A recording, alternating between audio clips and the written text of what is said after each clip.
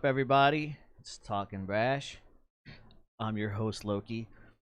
Today we got JV Brash on, but first I want to fucking talk about a couple of things. I've been so busy this week, man. I finally got into a good flow of uh, recording songs, mixing, writing, recording covers. It always does the trick for me, man. Every time I do like a few covers and work on some stuff, like the creative juices start flowing and I start getting my own ideas. So this week I've finally been able to find a good groove inside my studio, and yeah, man, it's been awesome. I've been having a great time doing a lot of mixing. I've been piecing together people's vocals and bass lines, and you know, Vince sending me vocals from Vancouver, TB sending me vocals from fucking Virginia. You know, it's awesome piecing all this shit together and trying to create like a cohesive mix. So that's been pretty cool. So yeah, I've been busy all week. I got a new microphone, so I've actually started doing vocals and for another tune that I've been working on today. So yeah, man, things are moving along. I'm busy as ever, learning, and having a lot of fucking fun, man, doing it. Richard Dicko North, what's up? Curtis Grant, how you doing? Jeff, Jeff, you're a troublemaker, dude. What's going on? Let's not wait any longer. Actually, no, let's wait one more second. I don't have a producer. I do everything by myself here. I wish I had a producer. That'd be pretty fucking cool. But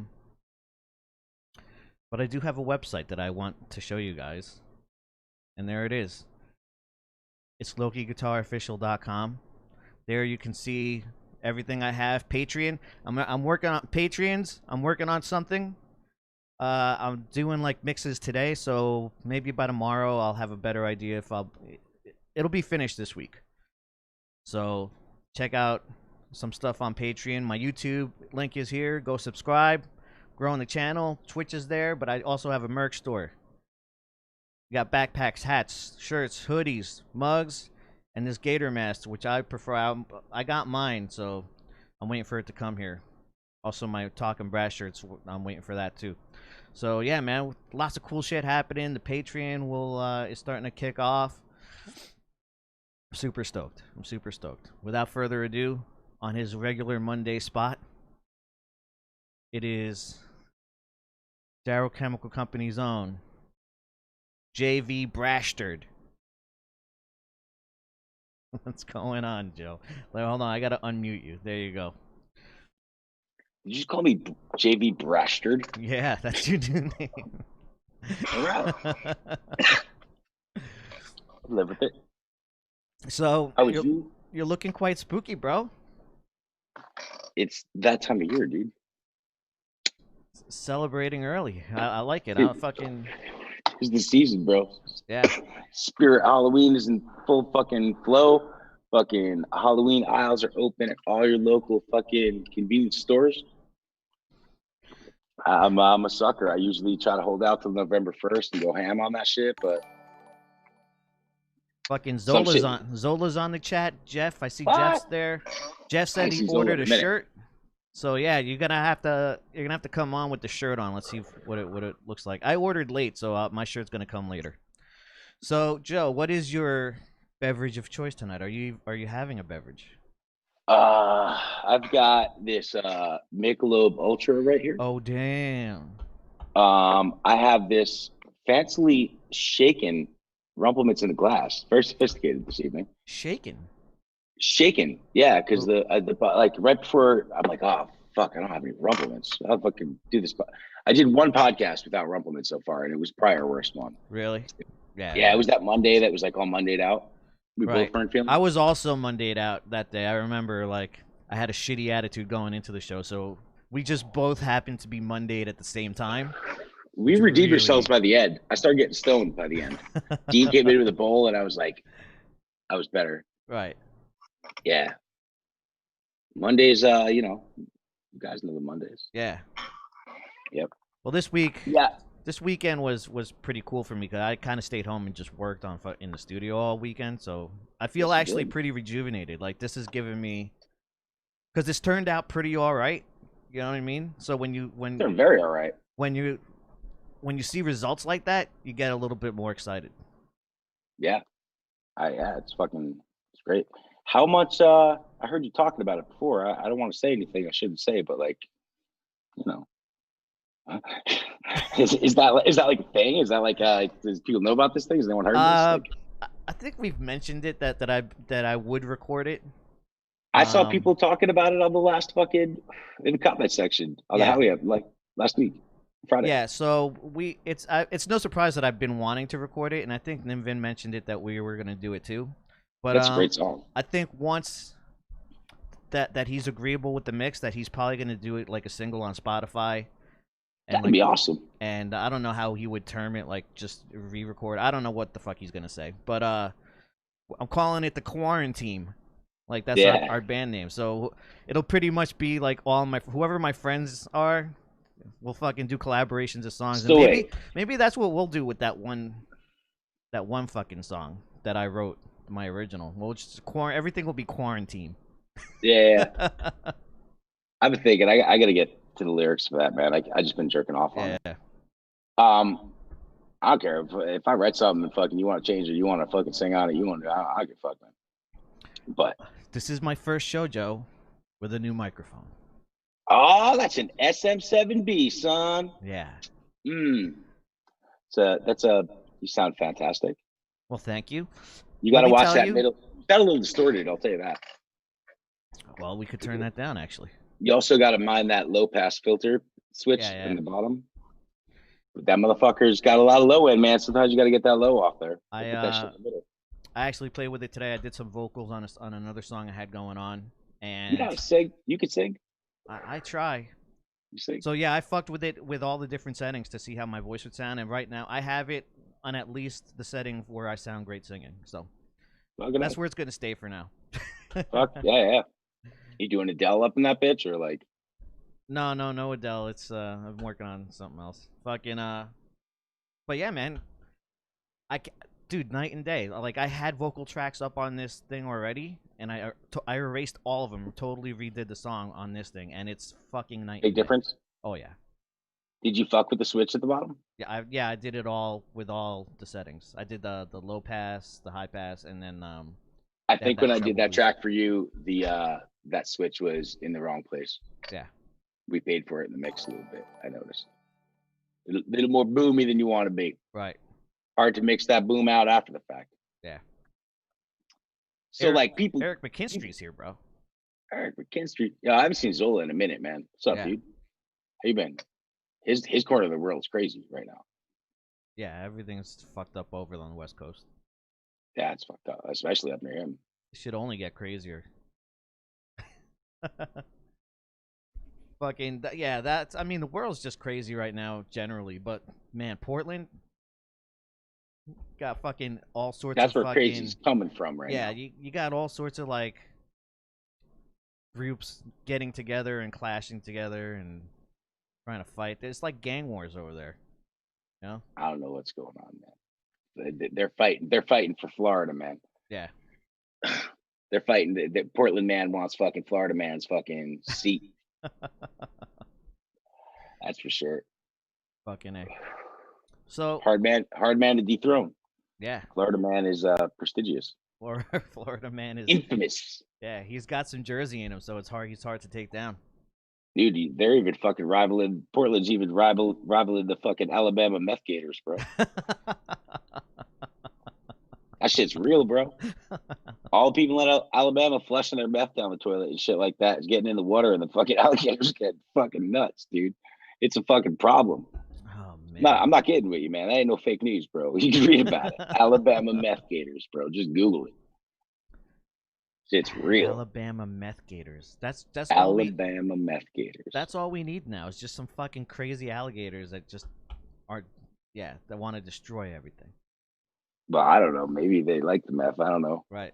But apparently it ain't good. I don't know how you tell you. It'll be sharks next. Like fucking all the sharks on the coast are just all fucking methed out too.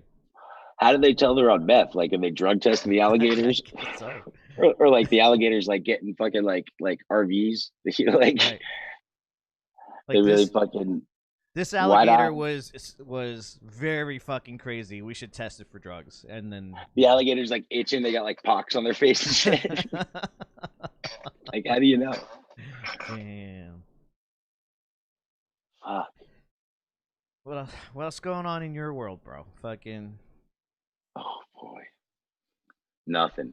nothing. I do nothing. Nothing's going on in my world. Did you see? Work. Did you see Burton C. Bell quit Fear Factory? He what? He quit? Yeah. Yo, that's really funny you say that, man. Last night I was like researching that band last night. Like I was looking for documentaries on them.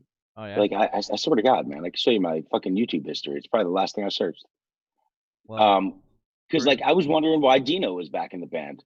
Because like check it out, Christian Old Wolvers in like at one point took over on guitar, and he like talked a big game. And to be fair, their records were fucking good, man. They put out that Archetype record is fucking good, man.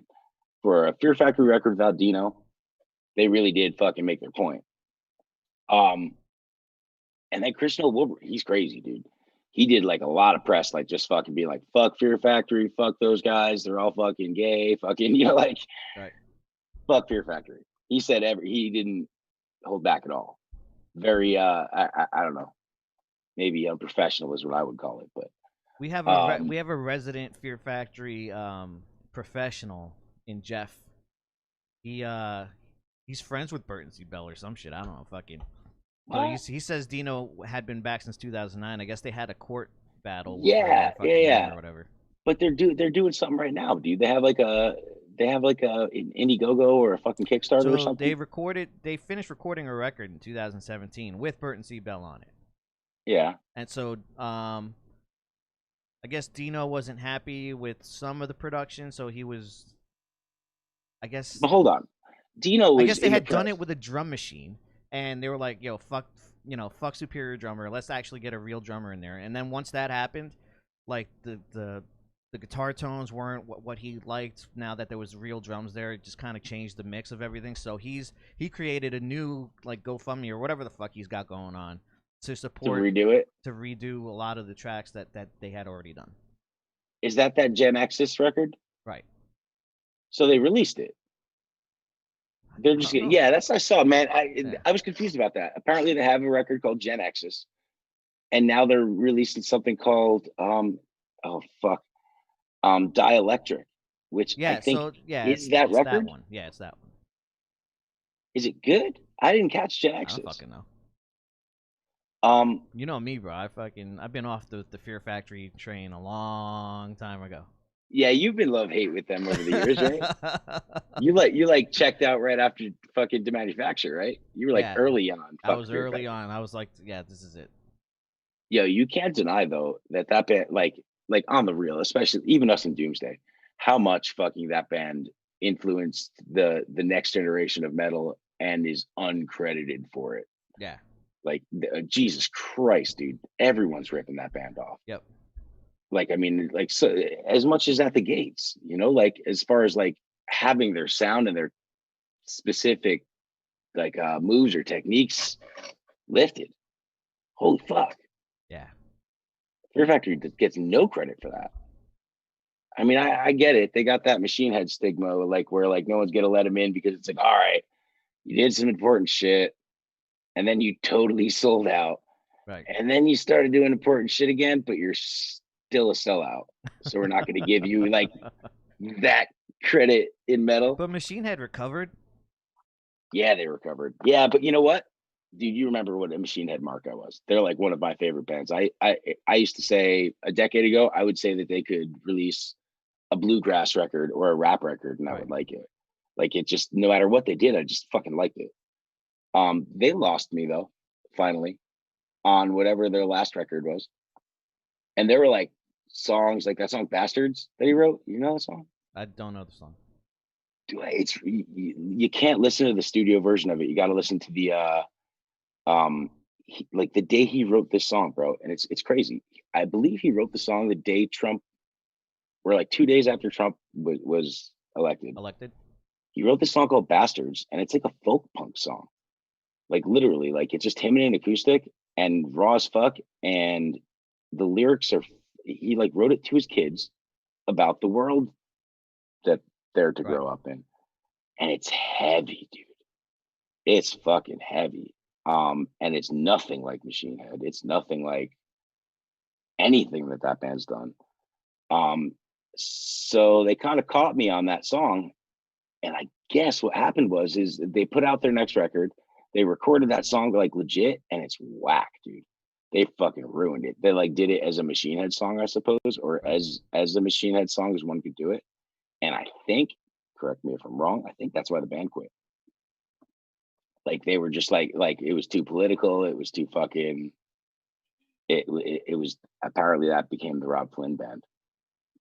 On the Someone saying subject of that what we're talking Bastards about, is awful. yeah, which not the record version is terrible. The comedy version, if you go to that dude's YouTube and you check out or like Facebook Live or whatever, it's on YouTube. Um, the original when he wrote that song is incredible, dude. It's like a folk punk song. It's him and an acoustic guitar, and it's nothing. It's like a folk punk song. Right.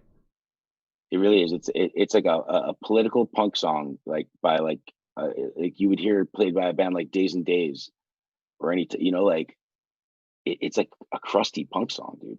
It's really cool. Yeah, they absolutely ruined it on the record. It's terrible. I agree with you. It's a sin. Um, you know who tried out for Machine Head as bassist? While we're on the subject of that, is Christian Old Wilbers, right out of the Fear Factory bassist. Right. Like right after he.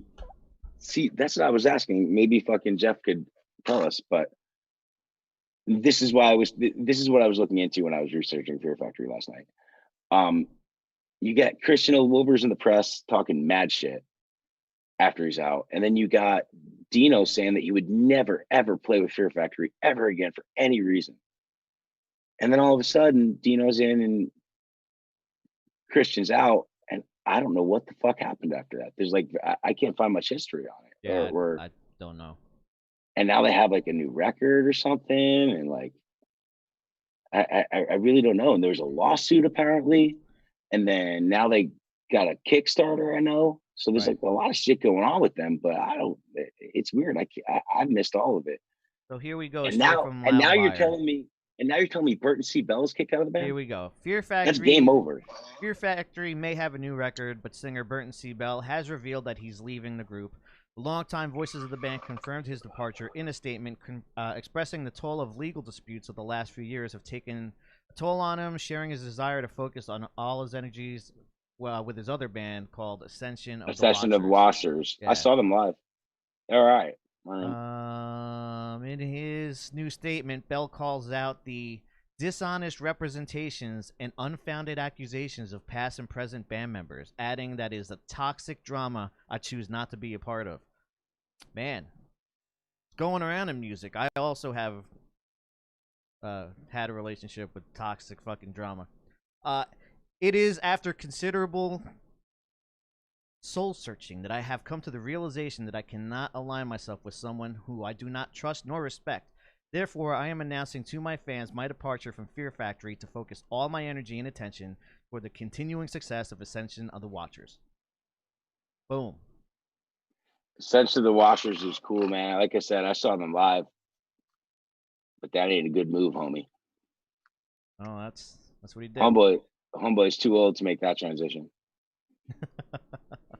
and Fear Factory is toast without fucking Burton C. Bell. It's that they did it without Dino, as incredible as it is, but I don't think that band could survive that at this point, and I don't think it's worth it to go on without him. To my knowledge, they already have his vocal tracks For the that Jet record that's coming out. Exis So Dielectric, a new record. It's not something that was previously put out. It's a new record. Is Raymond Herrera still in the band? I have no idea. Jeff. As long as it's Dino and Raymond, they'll keep that sound. But dude, Burton, who the fuck else sings like Burton C. Bell? Anybody? Like, yeah, imitated. Holy fuck. But replicated, impersonated? No, dude. Richie Bell's a really particular singer, man. He's got a particular scream and a very particular voice. Yeah. I don't know how they can just throw anyone else doing anything. How are they going to do the old songs live with the new song? Like, it's just too particular. Jeff is saying Ray retired from music. He's not in Fear Factory. Oh, that the band's done. I mean, fuck, dude. Everything Dino's done aside from that has been fucking rad. I didn't really get into it, but the Brugera, what was it? Brujeria, like that shit was pretty rad. I kind of slept on it, but he had that other record with the dude from the Cranberries, dude, Bad Wolves, dude. Oh, Doc? No, the singer. Oh, this. Yeah, I don't. Yeah, he's great. He's great. Fuck. He had a band with them, Divine Heresy. That record was fucking sick. That's right. It's fucking real. That shit was awesome, dude. I think they were just around for that one record, right? Yeah. I mean, he hasn't done anything bad. You know, like he kind of, I don't know what's going on there, man. That's Dino and the drummer. He was captain of the fucking Roadrunner United. He had a team on Roadrunner United too. Dino? Yeah. Of course he did. Who did I see fucking talk? You know who's interesting to look into? I saw fucking Dez from Cold Chamber. Right. Interesting dude. Seen him on a bunch of podcasts lately. Fucking he was talking about how he wouldn't do the Roadrunner United thing. He's like, "You gonna pay me? You're not gonna pay me? Fuck you." You know, like by that point, he was just like hip to Roadrunner and just like, nope. He was on excuse me. He was on Rob Flynn's podcast. It was awesome. They talked for like 3 hours. It's fucking awesome. That dude's super 100% Italian, dude. Yeah, huh? Yeah, I didn't know that. 100% Italian, dude. Wouldn't have guessed it. I guess the hair makes sense. Apparently, Johnny Rotten wore a MAGA shirt. Yeah, I saw that. He's getting fucking destroyed. You know, I looked really closely, and I don't know, fucking, I don't know. I don't even like the Sex Pistols, to be honest with you. Right. But I immediately looked to see if that was photoshopped, and I'll tell you, it didn't appear to be photoshopped. From what I saw, you know, that's just like I got a good eye for that. You know? Yeah, who cares? Fucking cares. Yeah. What? Yeah, mad old punks are fucking that way. Yeah. I mean, I don't know. I don't want to get political. It's just who cares? Like it's. But like, right. Like, I would like the precursor, but I have no political stance or agenda in this world. I'm not a registered voter. I've never voted, and I'm not going to vote this year. Sorry, guys. Don't blame me. I voted for the Mothman. But if you look at like I'm just talking about like, I might be saying something stupid, and stop me if I am. But like when you look back to like, you know, the late '80s, early '90s, and like look at most people don't know what the fuck Mother's about, like Danzig Mother, but that song's about the PMRC, motherfucker. You know, like those bands and most of the music we listened to was about fighting censorship. You know, like the principles that all the bands that we grew up on were against censorship of any of art in any way, shape, or form. So, are you surprised if Glenn Danzig is Republican at this point? Right. You know, like no. You know, like of course, all those old dudes, all those dudes who were writing the music we were listening to, fucking. I mean, I hope that they would be more empathetic, you know, as well as that. But I could understand how their views would be anti-censorship or anti-fucking. You know what I mean?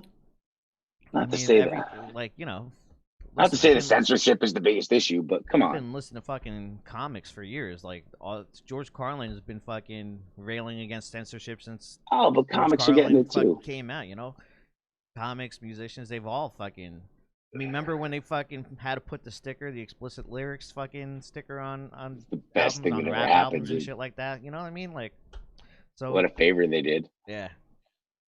Yeah, they really did. They like Dr. Dre made so much money off of that. The explicit lyrics thing really just did worked against them. Yeah. That was the dumbest thing that they could have fucking imposed on those bands, because for me, I looked for them. Those were the good records Yeah, usually. If it had the parental advisory sticker real yeah. big Not on it, only that's how that, you knew it was the real shit. not only that, I knew I was getting the real album. Like if it didn't Yeah. have that sticker, I knew I was getting the clean version. Fuck that. Yeah. I don't want the clean version. In fact, I hate Spotify for this. Like they don't Oh, even I hate tell you. Spotify. They I don't was even going tell off you on that this you're the other getting the day. clean version. Like you put it on thinking that you're like gonna listen to something, the song that you know, and then all of a sudden it's just like they're bleeping out word after word, and like, what the fuck am I listening to here? Bro, I don't even get me started. I pay for Spotify and I don't know why, because I hardly use it. I pay for it because I don't know. I'm probably pretty stupid, but I made that playlist and I wanted to make sure that it was available to everyone. Right. So I figured paying for it would do something. I don't know. That's how much I know about Spotify. Um, but so the other night we're listening to Spotify, or we're just like hanging out. And we're like stoned, like Black Sabbath. Like it is what's next. And I'm fucking listening to Black Sabbath, man. I'm like, this ain't fucking right. Like, what the fuck? And I look, it's like whatever 2000 whatever remaster, and there's a fucking goddamn orchestra behind Black Sabbath, and they don't have the unmastered versions, Oh, really? dude. Fucking Spotify, the Ramones, dude. It is the most annoying thing in the world. They don't have the mono mixes. Like you can't hard pan left and hear Dee Dee and hard pan right and hear Yeah. Johnny. There's Yeah, there's a no lot way of on that. Spotify to hear The that. remasters are, yeah, they fucked all that up. I'm paying for that shit, dude. Yeah. That's the only thing I'm paying for music, to be completely honest with you. I mean, how would I listen to? I don't even listen to fucking music that much anymore, to be honest with you. Fucking, but I have what I listen to. Like I have hard copies of everything I like, and there's not a lot of new stuff that comes out that fucking, that I'd buy anyway. Unfortunately, Yeah. I'll check out the new Marilyn. I check out the new Marilyn Manson record on Spotify, sure. You know, It's but am annoying I? when you listen to like your old favorites and either their newest remaster remixed edition comes on, and it's just not the same. I know artists are trying to make it better or just have it be more No. modern. I don't know what the fuck Give they're me the doing, option. If but I'm paying for that shit, man. it's like I don't. Jeff said Megadeth, and Megadeth is the perfect Yes, example. yes, it Megadeth is. has You're the right. worst remasters of any band I've ever heard. It's just not fair. I don't know about Megadeth, but do they offer the option on Spotify? No, That fucking sucks, it's dude. just like Straight to YouTube. when you Straight look to for the YouTube. album, you get that album, and like you're like, what the fuck? And like that's when I'm happy. If I'm home, I have my iTunes. I'll just put on the fucking OG record. Dude, I can't tell you how much I listen to almost everything on YouTube. I only watch YouTube. Right. Fucking, I can't tell you though how much when I'm just like surfing YouTube and putting songs on that I come across your fucking profile and play. Like I play songs from your profile all the Right. time. Skid Row demos, still you're the only one who's got them. That wretched demo of Tracy's. Yeah, right. Was that It's crazy, dude. is You that you from have the Crypt Keeper? They had like a there's a what? couple, dude. There's the I Because think Tracy did one by himself. that one is not from that's not from that the album. It's not the Tracy version of the album. No, no, no, no, That's a no. totally I different think one. Tracy did that by himself in the same fashion as like the Catacombs demos. Gotcha. I think that's all Tracy. I'm not Okay. positive. And then I think you might be right. There might be a version on the Crypt Keeper thing. It might be a Blitz Kid demo of that song. Right. And then I there's think that's what that Apparitional. is. And there's Apparitional, and I have another version of it. Yeah. I think, that is the non-retail version of that Right. as well. We actually did that here the other night. We did fucking 5 versions of Wretched. That's why Picking for a I favorite love a lot actually because putting. I listen if to you look, Apparitional at home so I could hear that. I don't listen on Spotify. I listen to the other version. yeah, oh yeah, it's no reason to. Why would you? Um, what is it called? But the reason I went down the Wretched thing just this week, like literally in the last 7 days, and did all the versions of Wretched is because I was on your YouTube and the comment section was like everyone was like best version, best version, best version, best version, best version. I was like, what? It's fucking damn good. People just Is it the like that best it's version? people like that it's Tracy singing. It's just Yeah, it is what it is. And B, people like rare shit. sure. I think that the version that me and you have is the best version, to be honest with Right. you. But people haven't heard that. Absolutely. I mean, I understand that, but Right. would you agree though? Yes. Bro, and those Skid Row demos, bro, so much music from my childhood. When I go to look it up on YouTube, when I get to it and find it, it's only on your page. There's other shit besides the Skid Row demos, besides the fucking uh that Blitzkid demo. You're shady motherfucker. You're shiesty motherfucker with that shit, man. So what Yeah, happened was the reason I started putting music up at all I is know because he because wasn't there, it's because I couldn't find it, and then I'm like, well, that sucks. Like and no one's followed you up. people should fucking be able to hear this, and I would put them up. But you know what? It came to bite me in the ass because like I have like a lot of subscribers because people came to my channel looking for rare music, I and remember you getting real crazy about it once. You got fucked with, and you didn't accept it. yeah, You fought it. I I remember you getting really crazy I about it. fought every copyright and I won. Mhm.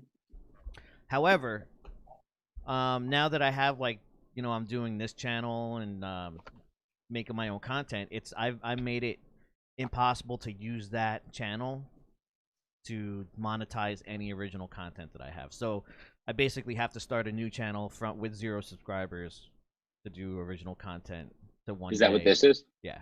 So this is a brand new channel.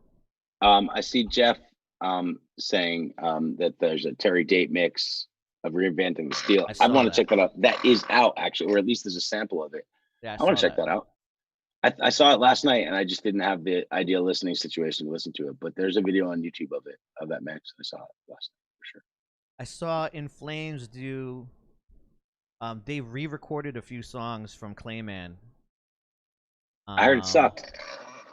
It's like one song sucks, another one's awesome. You know what I mean? Yo, It's just those two new Carcass songs are fire, dude. yeah. I can't tell you how many times I've listened back to that. That's the only thing I'm using Spotify right now is to listen to those two Carcass songs. You know what I've been listening to a lot lately too? Marilyn Manson, Mechanical Animals. Yeah, huh? Yeah, I've always loved that record. I love the first 3 Marilyn Manson records and a bunch of other in betweens quite a bit. I think those first 3 records are pretty perfect, actually. They're all different from each other too, man. There's nothing in common with Portrait of American Family and Antichrist Superstar. Right. Nothing. And there's nothing in common between Antichrist Superstar and fucking Mechanical Animals. They're 3 completely different records, and they're fucking flawless. It's amazing. Yeah. And there's fucking EPs and the Spooky Kids and all that shit in between, bro. People underestimate just how good that shit is.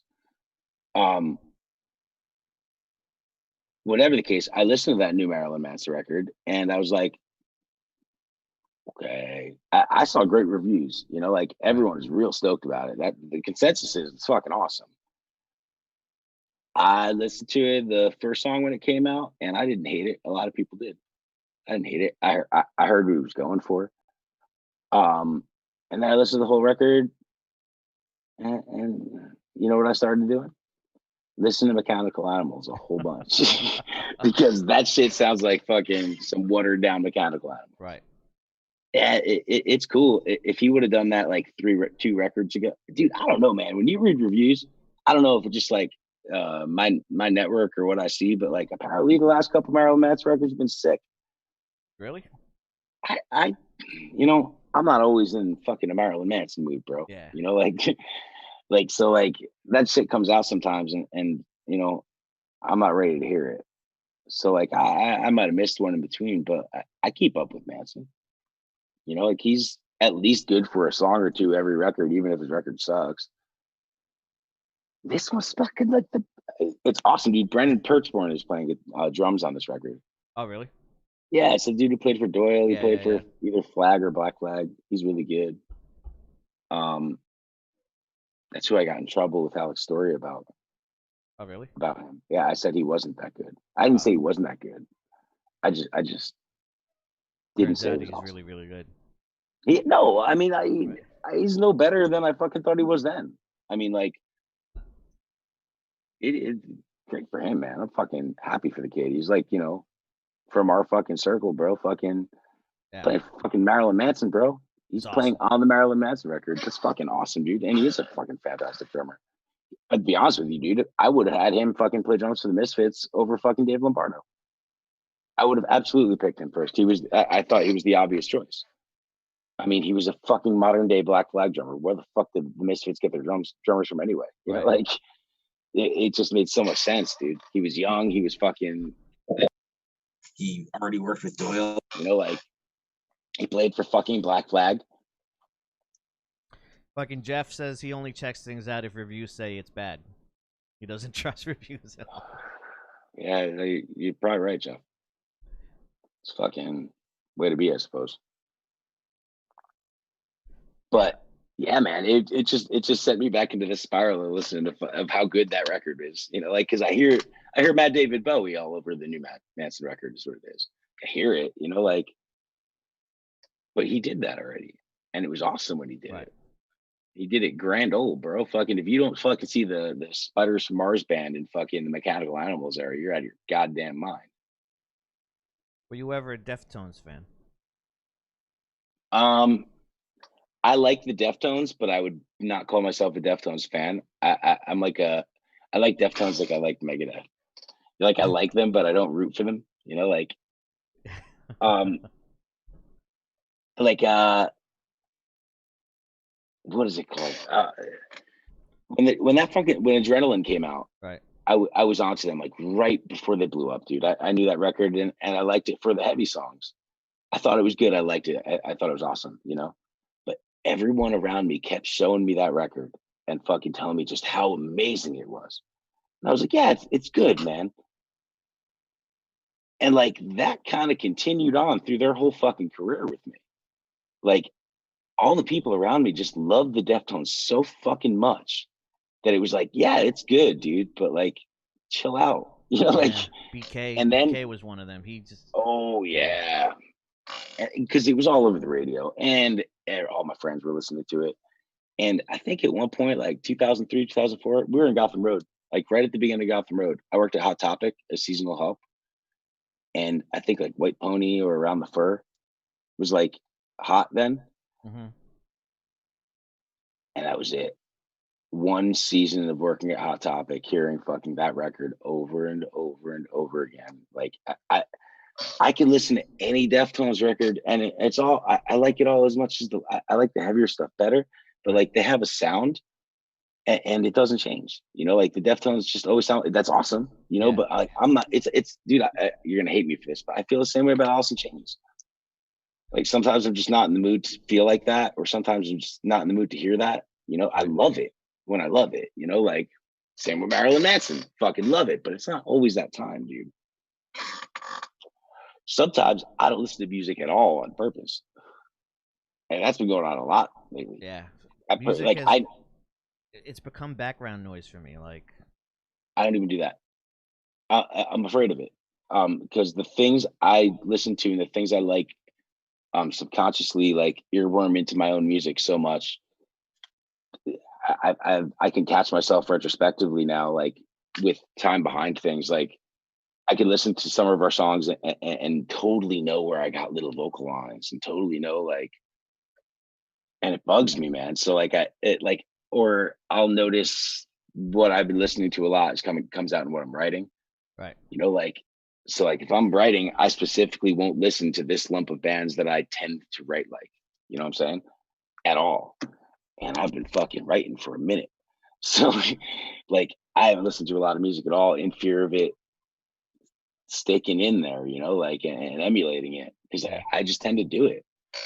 Dude, on Plastic Smile, the first fucking couple lines of that are like, I hate to out myself, but I will. But About Time by Pennywise, no wonder people say that shit sounds like Pennywise. Like the first like three phrases of that song are the first three phrases of a Pennywise song. Right. I mean, but I think it's. I mean, let's be realistic here. And I genuinely didn't know I was ripping it off. That riff I didn't. Is what it is, and the beat is what it is. How many different kinds of phrasings do you think could go over that riff?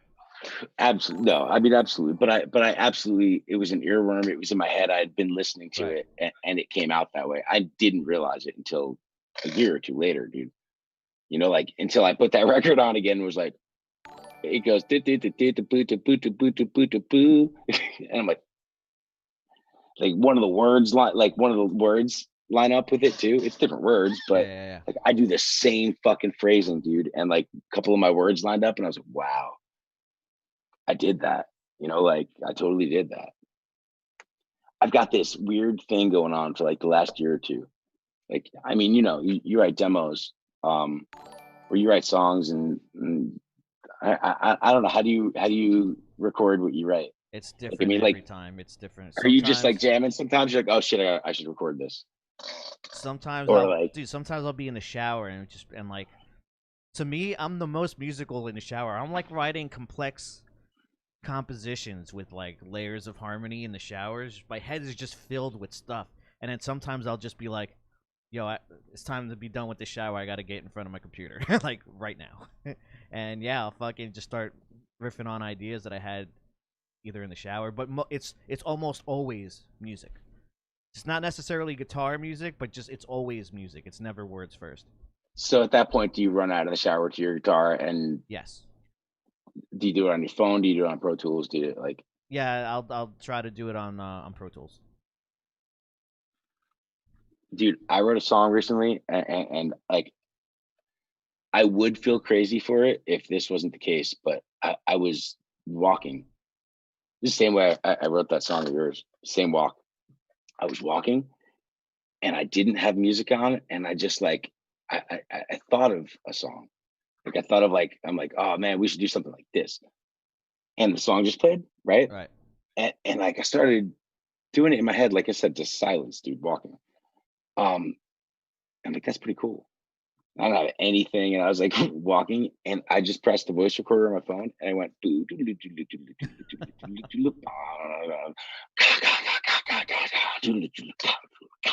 like, dude, for about 4 minutes, dude. I have 4 minutes of me making noise into my phone, like that's hilarious. Switching from the drums to the vocals to the guitars with my mouth, dude. And I went home and I wrote a fucking song out of it. Like it was helpful and it worked. Right. Like I would have felt fucking crazy if I didn't do something with it, and it worked. I mean, I have done shit on my phone too, but like now that I'm home all the fucking time, there's no reason for me to not be in front of this computer fucking getting those ideas down. Fucking songs on my phone, or like various recordings at different people's houses of things. Dude, I have over, it's like, by now it's probably a lot more. Last I counted was like 27 songs, dude. Right. Of like various things, for fucking various. I've never in my life had so much music written, period, ever. Yeah, I've never like. I actually have a good amount of stuff, like ideas, not songs, but like stuff lined up that I actually have not put into Pro Tools yet that I need to do. Speaking of which, now that you're here and we're talking about this kind of shit, you need to send me that song I wrote, the At the Gate song, because it must have been on my old phone or some shit. I don't remember. Yeah. You've just inspired me to do a shot. So. Ooh, I think I just killed that glass. Oh man, not yeah, I killed it.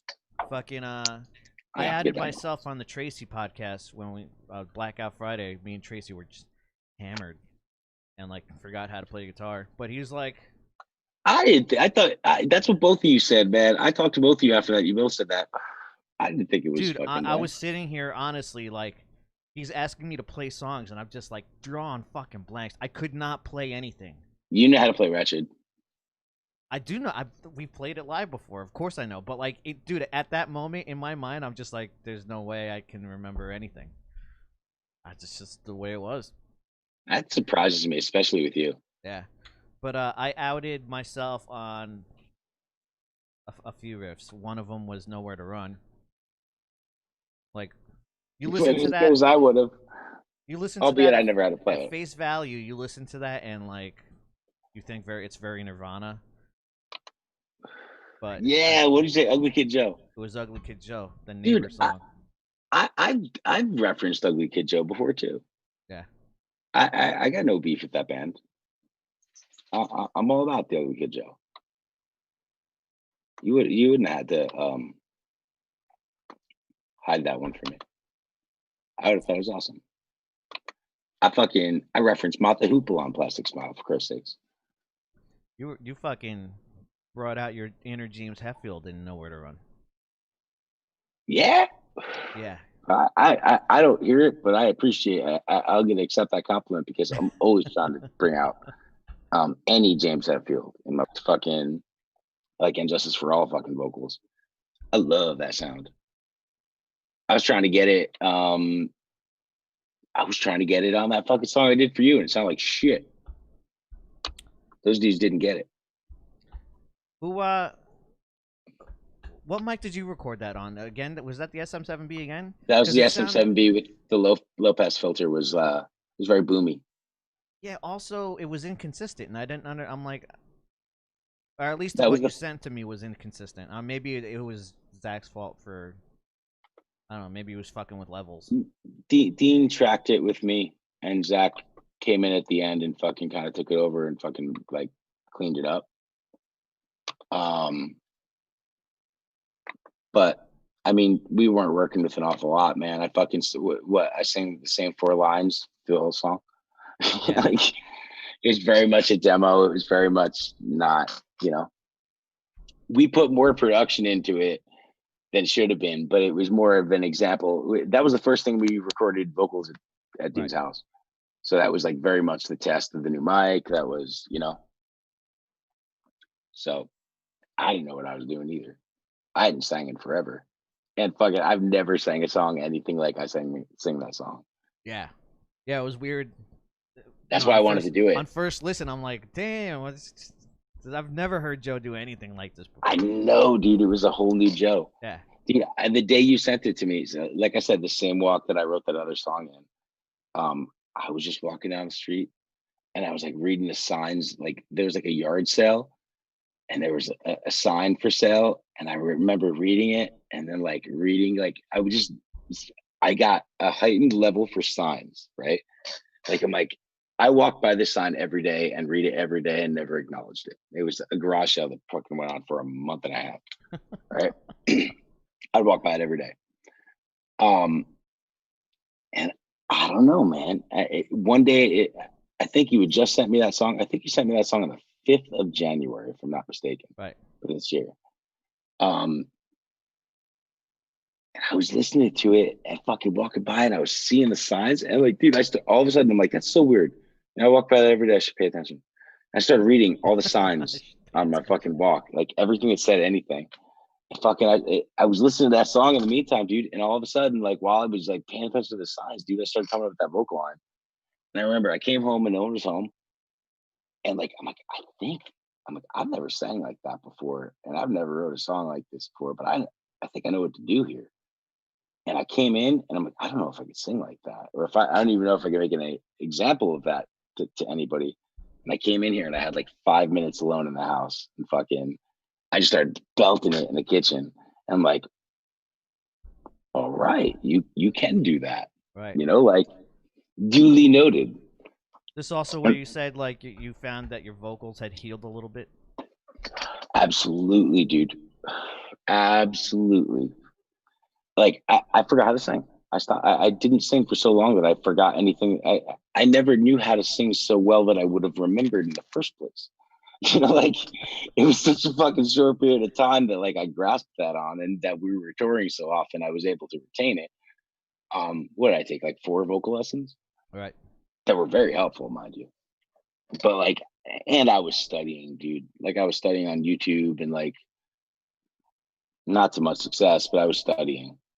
And I was just because I got to sing a lot, I was more aware of everything.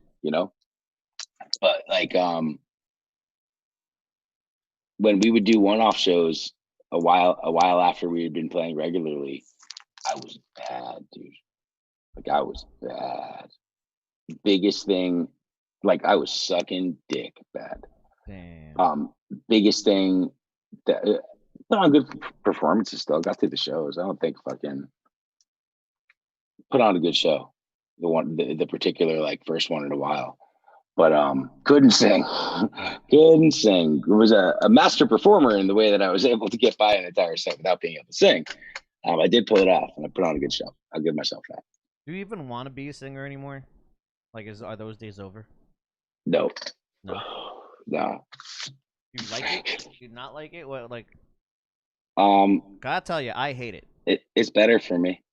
I fucking I'm just now getting used to the sound of my own voice. I can't fucking stand it when I listen back. That's probably why I put the vocals so low in the mix. I'm so used to just burying myself because I can't fucking stand to hear my voice. I can't Yeah. stand it. No, I'm pretty confident. I gotta drop some weight, homie. No one wants a singer fucking All right. when COVID hit me, bro. Yo, when I moved to Tennessee, I weighed myself. Like right before I moved to Tennessee. I was 202 pounds, right? Damn. I don't know what I'm sitting today. To be honest with you, I haven't had a scale around me. But bro, between February and March, I put on about 15 and then got up to 20 pounds in like 2 months, dude. Fucking Listen, I feel crazy. you. I feel you No, because no one wants fucking heavy dude fucking rolling around the stage, yeah. dude. So I mean, in that way, it's good for me, man. I can fucking get away with playing bass like a fat ass. You know, I can pull off playing guitar like a fat ass. But So, I mean, do it's you good pressure. aside from your weight issues and not wanting to be a fat front man, um, do you see yourself wanting to be like that dude again, or do you want to be? Would you prefer to be another guy in the band, or you want what do you want more? Both. You want both. You can't have both. You got to choose one on for this conversation. You got to choose one. My favorite spot in the band is being a rhythm guitarist and being a backup vocalist.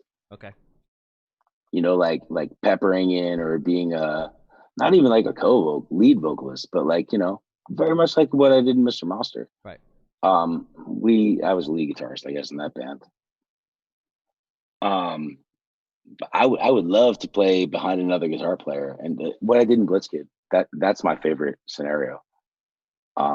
That's always been what I like, the position I like the most in the band, just to fucking hang back, play rhythm, rock hard, and fucking Right. sing along. You So know? then I was the worst friend to have No, because that was what I was doing. no, you're the only lead guitar player we know. What are you talking about? Right. We didn't have a lot of good. We didn't have any. None of our horror punk bands or punk bands or had two guitar players. Yeah. So there was never like an opportunity for fucking me to have played guitar, or else I probably would have. I mean, I always only played bass by fucking because I was the worst guitar player in the room. True. It's absolutely true.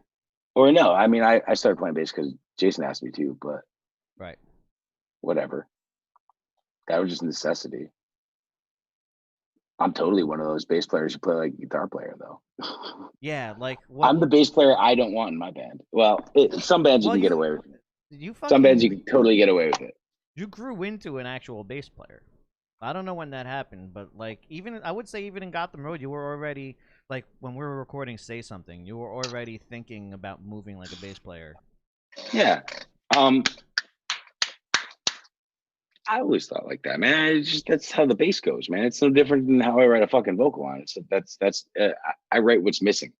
I listen to so much rock and roll music in my life, dude. That fucking like I truly believe this that I have a like a sixth sense about what isn't there. Right. So it's very easy for me to like when you send me a demo, I like to write the vocals to it. It's like, oh well, the vocals would go like this to this song. You know, like it's just very fucking easy to me. Like Right. as with the bass or the guitar or anything else or the drums, you know. It's just that's just how rock songs that sound like that and that tempo of that style go, you know, and don't rip anyone off. Right. That's fucking easy. As long as the dude who wrote the song didn't rip anyone off, it shouldn't be hard at all. At least to me. Um, I don't know. My biggest fucking bass lesson was probably Doomsday, and that was probably the easiest I ever had it in a band. I mean, it was challenging in an endurance way. Right. You know, like I found myself in that band. I'd never played in a band that had those type of dynamics before on bass. Um, I found myself a slave. My right hand was a slave to the kick drum. There was nothing else that made fucking sense but to play the kick drum. Right. So I was like, my whole job in that fucking dynamic of music was to support a kick drum. You know, like, and to hopefully add some cool bassy things around it. But seldom was like what the guitars were doing were secondary. So like I got my most rhythmical sense of how to play with the kick drum, and like how sometimes you just got to, motherfucker. There's just no other choice. Like you are the bass player and this is the beat and fucking that's what you do. Yeah. There's no, you don't get to pick what you do. Like that's just how it goes. But I don't know, man. Like Shabby's band and shit like that. That shit's just the bass is so often an extension of the guitar. Like so often. Right. Like it's just a doubled guitar, a lot of it anyway. Of it, I mean, like it changes, But I mean, still, there's no. I always hated playing his bass lines because he would go in a studio by himself, write a song that he wrote on guitar, drums, and like added bass. Just fucking walk around as an afterthought. The whole song. Go in, have to record the bass, and have no plan probably. And just fucking put the bass down. Right. And that was the only time dude ever played it. So like sometimes that shit was funky. Michael's an inventive bass player. Yeah. And he's got like a style unto himself. So yeah, there's some tricky stuff, and I've heard you talk about it in earlier podcasts. You do not want him to have to teach you something. You do not want Michael to have to teach you how to play a song. Yeah. You want to know all of those songs first. Because the explanation you're going to get is going to get you further lost than fucking anything. But the explanations are not very good. It's very abstract. That band never made me a great bass player, though.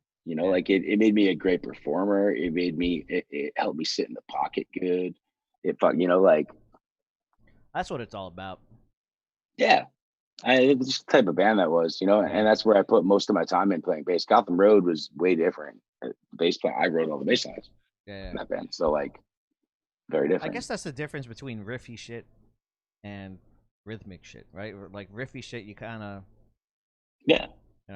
I mean, also you weren't hammering away on eighth notes on your right hand a lot in that band, like. So I mean, like, or very seldom, like, where would you be, like, in On My Way toward the end? On My Way, yeah, that's it. Like, what other songs were you really fucking? That would be it, I guess. Like, otherwise everything was kind of open. Yeah. Or dude, what I found in my I dub shit off I'm currently going through a whole bunch of computers and hard drives trying to make sense of things. Like literally my whole life of files, man. I have 4 laptops and 6 hard drives here with me currently. What? I'm I'm not damn, son. That I'm just trying to be sure that everything is one place or everything is, it's just years of different computers and shit like, dude, I used to burn through a computer an album. I burned through like a $400 PC every record. Yo, shut up, dog. Right?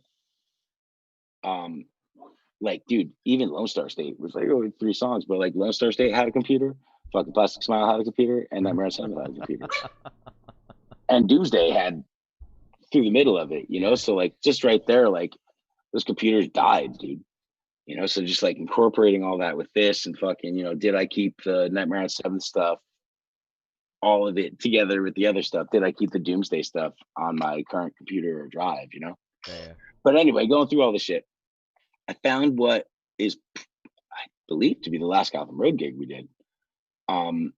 We did that J Sick benefit, right? I think it was like 2014. It was like right around New Year's. It wasn't New Year's, but and Darrow played that night too. And just fucking flipping through my Google Photos, man, in the video section, I found fucking a video of the Darrow show that night and the fucking Gotham Road show that night. Bro, we were good. Yeah. Both bands, man. Both bands. Pretty fucking surprised. Like I feel Damn. like I feel like I Why do would you have been think we more. suck?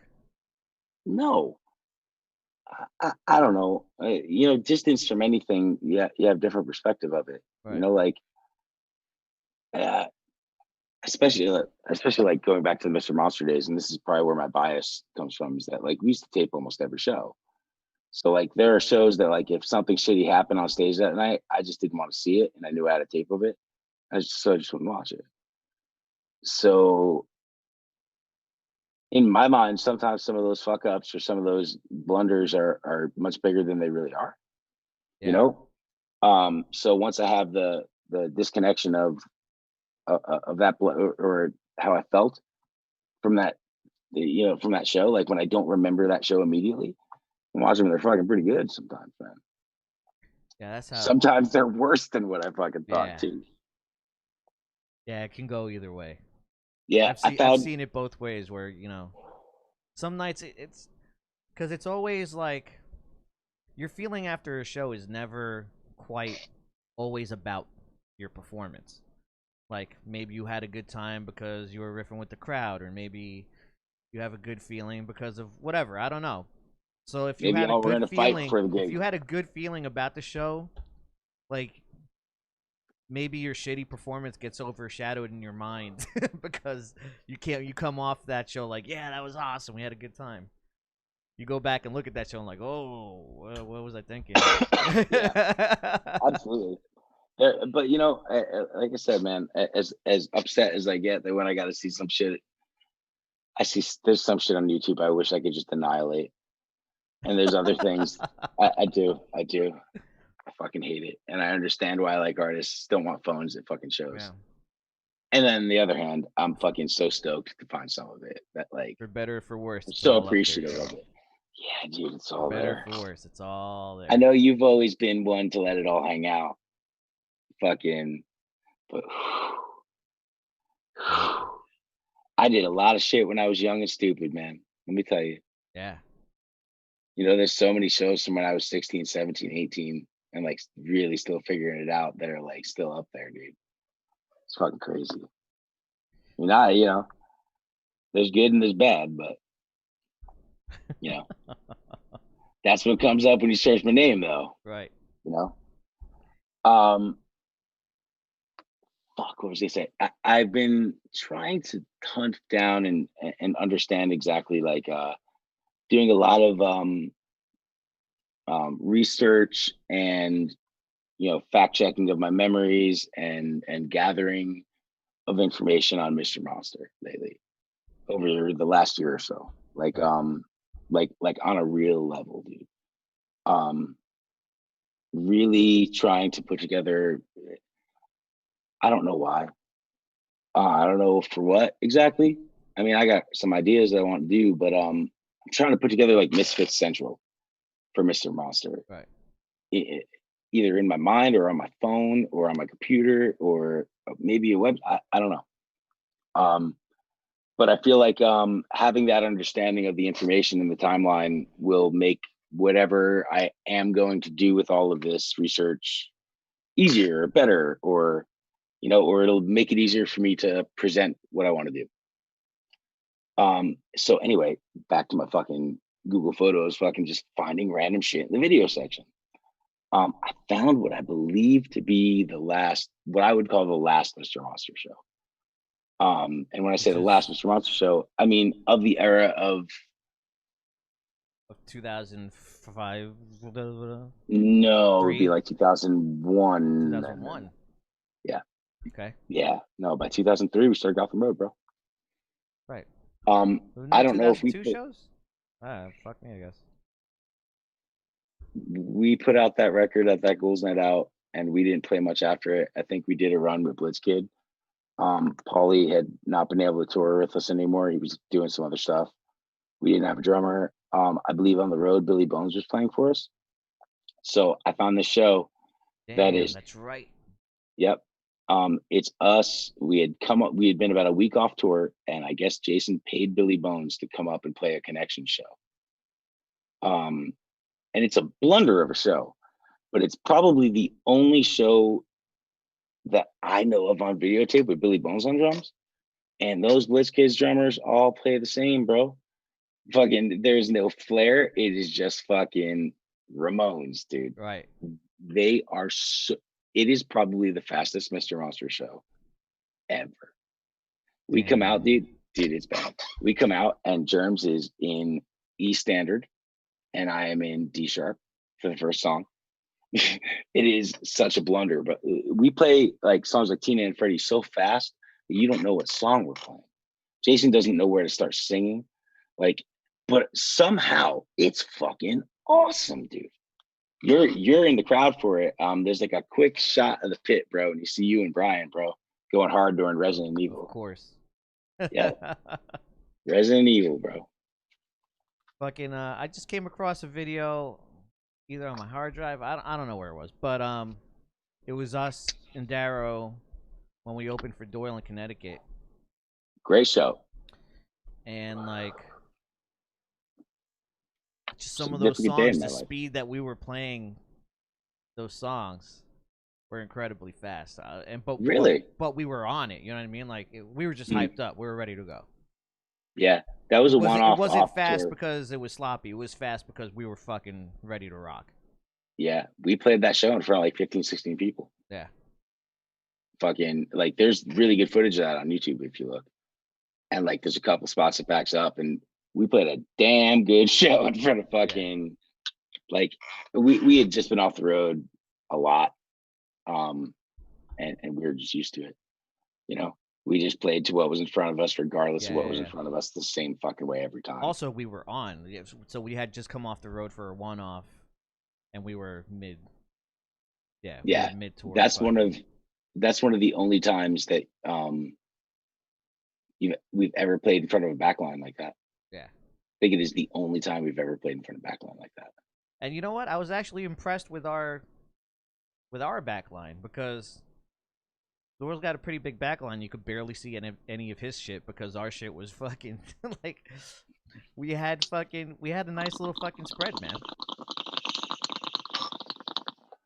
He's got a bunch of junk.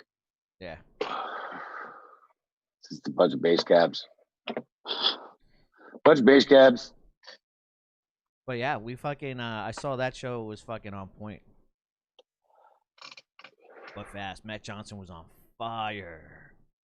Dude, I got ones that he's more on fire than that. I was watching, of course, I was watching our hands. That's more specifically Dean. I'm like, motherfucker's just cheating the whole time. He got through it. I think I had Dean on this week. I think so. Friday. That's awesome. Dean's going to be on Blackout Friday. Dean don't drink a lot. I know, so it should be interesting. Yeah. I've had 3 in a row. I had Rick Carrillo, Tracy, and Howie both get out of commission by the end of the show. So I drink just as hard fucking on any night. I mean, I don't know. Yeah. I don't have to take them when you guys say or nothing. Last Friday I was on. See, if last Friday was the Friday before with Tracy, I would have been able to play guitar. For some reason, on Friday I was ready. Yo, I know you grab some. I can hear you. I just can't. Right. Give me 1 second. Gotta grab that Rumpies, bro. Damn.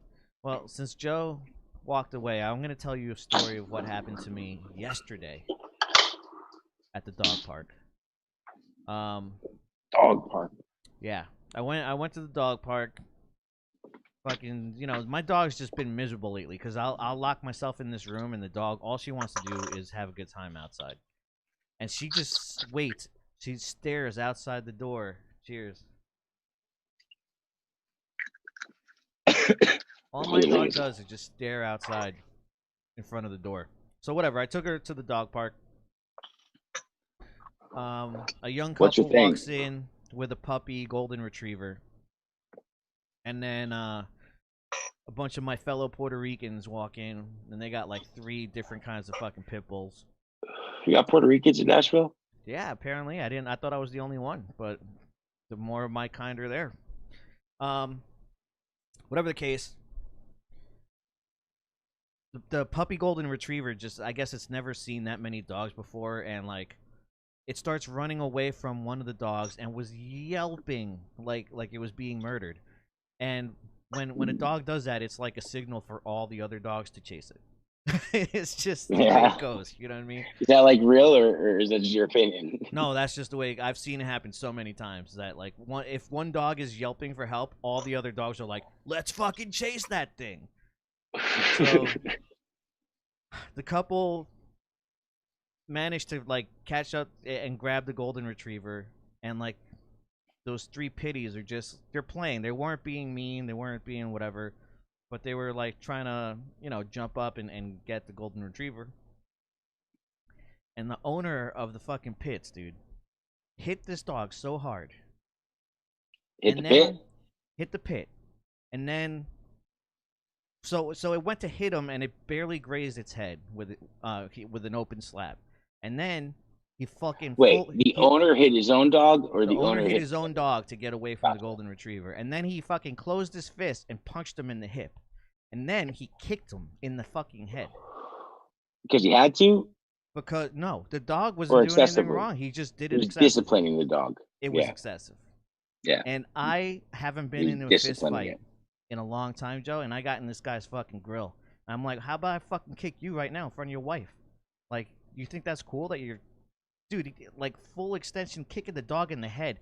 I was not having it. I fucking got up in his grill. I thought it was going down right then and there. And I was like, how about I fucking kick you in the head right now? Because you're an asshole. You think your dog was an asshole? Let's just make it fair and let me kick you in the fucking head. What did he do? And now his wife started crying, and like he just backed. He picked up his dog and left, and like he did that. There was a little kid like next to me, with his mom right there. Like this is how you act, and like this is what you do in public. Imagine when you're home and your fucking dog like takes food off the table. So that's fucked up. I haven't been in a fist fight in a fucking long time. It almost happened yesterday at the dog park. Damn. But yeah, he fucking his wife like started crying. And he just backed away, and I put my dog on the leash and left the park. Otherwise, I might have just set him on fire right there. Fucking dude, I had a fuck. You know how I get, dude. When my adrenaline pumps up, that's how I was. I was. There was no. I don't think I could have held myself back if I was provoked. Dude, yeah. Dog park freaks me out, dude. I don't do that shit. Like, well, you don't have a dog. Yeah, dude. Fucking, dude. When the dog gets out, like, it's bad enough, bro. You know how hard it is to catch a dog when the dog gets out? Like my dog gets off the chain and shit. Yeah. Like it'll get loose somewhere, or like it'll run out the front door. Like if you leave it open just a crack or whatever. You know how hard it is to catch a fucking dog? Yeah, I do. I mean, we got some methods now, especially little dog. They're quick. We got some methods now. You know what we do? What'd you do? We get the neighbor's dog. We like go get the neighbor. We go to the neighbors. Be like, yo, can we borrow your dog for a second? They're like, yeah. And we'll get their dog on a leash and we'll fucking start playing with it. And our dog comes like running up to play with the dog. Yeah. It gets jealous. You're like, oh my god, yeah, play. Either it gets jealous or either it sees the plan or it's like, what do you mean we got another dog? So that's been working out for us. But that's earlier hilarious. on, there was a day remember we were talking about my eye last fucking podcast?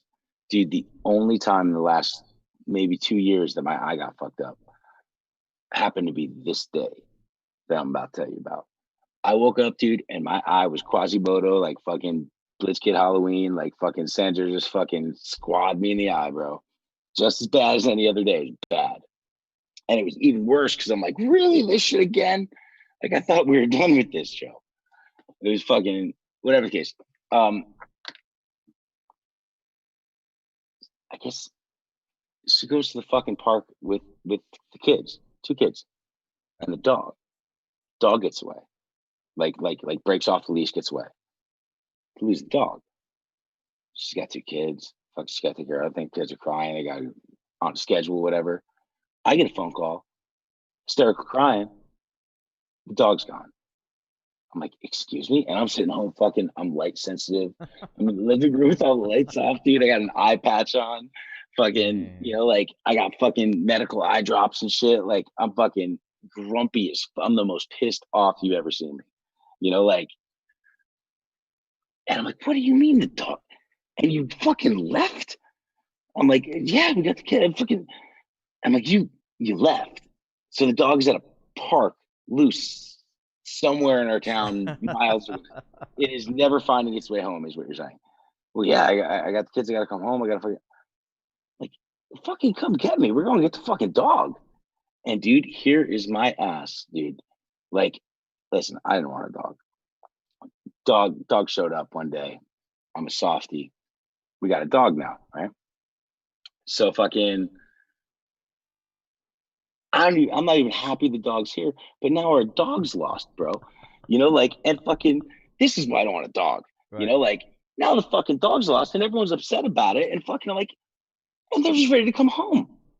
I'm like, are you fucking kidding me? Let's go find a fucking dog. Right. We're going, and dude, I am out in a park now, right? That I did not sign up and go to initially, with an eye patch on. I am crying out of one eye because fucking I'm fucking light sensitive. Right. And I'm crying out the other eye because I feel terrible that my dog is lost. And I'm not gonna I'm out at this park. You gotta come get me and shit like that. We got kids crying in the car. I'm finding this fucking dog, dude. Like, I'm fucking feeling like goddamn Adam Sandler about this shit. What's that? Like, you find the fucking dog. Like I was really upset. And right. what a lesson in why I don't want pets. Because that's the thing, man. They get sick, they get hurt, they get lost, and they're part of the fucking family, dude. And I'm a softie. I gave a fuck about that dog when it got lost more than everyone that fucking loved the dog and wanted the dog. I wasn't gonna let that dog get lost. Motherfucker. Got the dog back. Hours, dude. Yeah, huh? Hours. Yeah, I'm fucking with an eye patch, fucking what thing, fucking smoking cigarettes, fucking in a park, fucking screaming, Sheena, Sheena. Fucking crying out both eyes, dude. With two kids crying in a fucking car. It's terrible. Got the fucking dog though. Got that fucking dog. I guess because the Zook is so old, and like we Is both it know cool? she's 7 now, man. Fucking, we both know our tendencies. It's or not that she's so old, but like we both know our tendencies. So if like it's to the point now where she really doesn't want to get that far away from me to begin with. Yeah. Like if if we're on a hike and I stray a little too far, or she runs off too far ahead, she'll stop and wait for me to catch up, and then continue on the hike. But yeah, she's always looking around to see if I'm nearby. So See, my dog's only like 2 years old. It ain't that fucking trained. It's 2, maybe 3 years old. I don't know. Maybe 3, maybe 2, right. maybe 1 and close to 2. I don't even know what kind of dog it is. Yeah, it's a lot of dogs. So, but I don't get. I'll tell you this, man. What you were saying about the pit bull is, I mean, bro, I love fucking dogs. When you met me, we had dogs. Yeah. We're never cruel to them. Fucking, like it's not my lifestyle and my choices. Fucking don't align. I don't want to be responsible for it. Right. I go places. I pick up and go randomly. I remember the first time that we had a dog here, and I had to go play a show. I didn't even consider the day of the show. I was like, oh my God, who's going to watch our fucking dog? It was the first time in my life I ever had to worry about it. It never fucking occurred to me. Yeah. Fucking, that's why I'm a fucking dog. Like, fortunately for me, I found good people in my life that helped me out. You set something up. It's just never been conducive to my lifestyle, like Derek is goddamn self. Derek's wondering what you look like with an eye patch wandering around a dog park. Crying out of both eyes, bro. I was so upset. I don't even know why I was upset. Even the fucking kids and fucking no one was upset upset as I was. It's our fucking dog, dude. I'm the fucking dude around here, bro. I'm gonna find a fucking dog.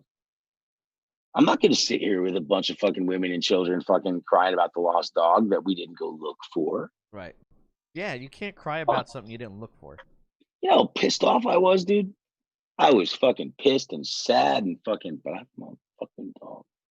What was the dog doing?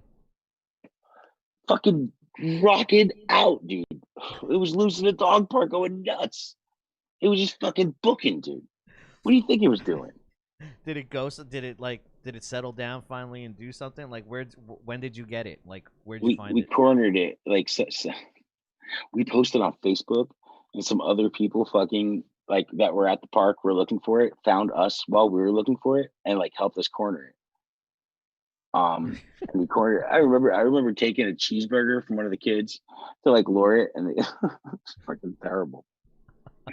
Like fucking, we got the kids McDonald's so they'd like be quiet and shit like that. Like while we looked for a dog, so we got like Happy Meals and shit. Went to the dog park. Fucking, I was like, let me get that cheeseburger. Damn. Fucking, oh, I made it worse. Kids started crying again because I took his cheeseburger. They wanted to go home. Yeah. I was crying. Fun time with the family. Fucking, I found a fucking dog, bro. I found a fucking dog. I think Zook got out once when she was a puppy, but she was chasing deer. Yo, you know what just happened? I believe in Chattanooga. There was a fucking tiger loose, bro. No fucking way. Swear to God, man. It was like Eastern Tennessee. Right? Eastern? Yeah, Eastern. Yeah. Yeah, dude. Has to be like some like dude just saw Tiger, some redneck sees Tiger King, and he goes, honey, I can buy a fucking tiger. We don't I can buy a tiger. Give me a tiger. Goes on the internet, fucking buys a tiger. Like has like some dog crate for a tiger cub, you know, like fucking gets out. And then some other redneck saw that shit on Facebook Live and he was like, there's a tiger loose, Chattanooga. And I'll bet you some other fucking redneck shot the shit out of that thing. Damn. That thing is probably full taxidermy in some fucking redneck's fucking house right now. I don't know. You could probably look it up, but it's real, dude. It happened like within the last month and a half. There's a tiger fucking loose in Eastern Tennessee. That's and you know that is some fucking Joe Tiger King shit. I never watched that shit. To be honest with you. I thought it was stupid when I heard about it, so I never watched it. I still haven't seen not a fucking thing of it. Yeah, come on. What did you think was gonna happen? Of course, a whole bunch of rednecks were like, "Wait, I got a fucking tiger? How much is a tiger?" Fucking, dude. Do you remember? We had a friend who had an alligator as a pet, and he kept it in his bathtub forever. Who the fuck is this? I don't want to out him. All right, I know Justin. Oh, okay. He had an alligator. He had a baby alligator, and we were like chilling at his house.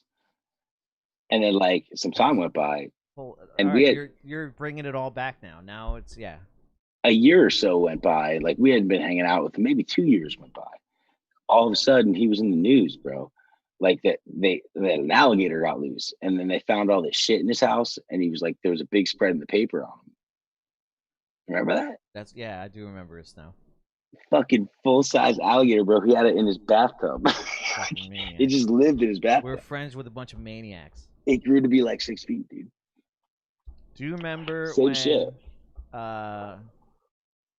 Saccone had a pet chicken in his backyard? Dude, there's video of that of what happened somewhere. So our friend in Nutley, New Jersey, this is kind of terrible. Had a chicken in his backyard, which is also kind of terrible. He had a chicken as a pet, and he put it in a pen in his backyard, like an idiot. You know, like he just wanted a fucking pet chicken. He had access to one, and he got one.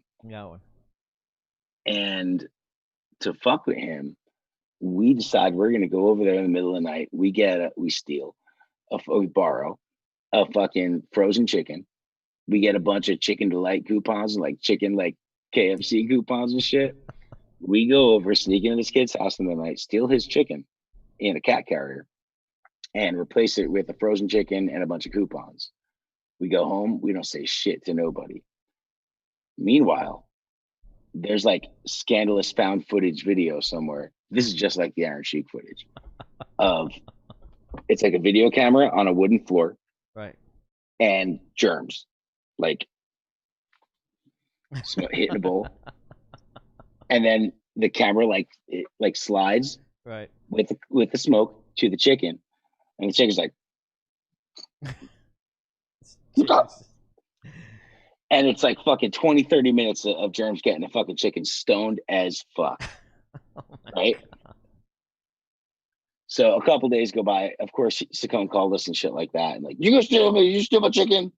Like, no, your chicken? Oh, dude, no, we didn't steal your chicken. One has to And wonder why it took him so long to figure out his chicken was gone. dude, he flipped out calling everybody because everybody was calling. Everybody pretty much heard what happened and called us, like, yo, Yo, did yeah, you guys stole his take chicken, didn't you?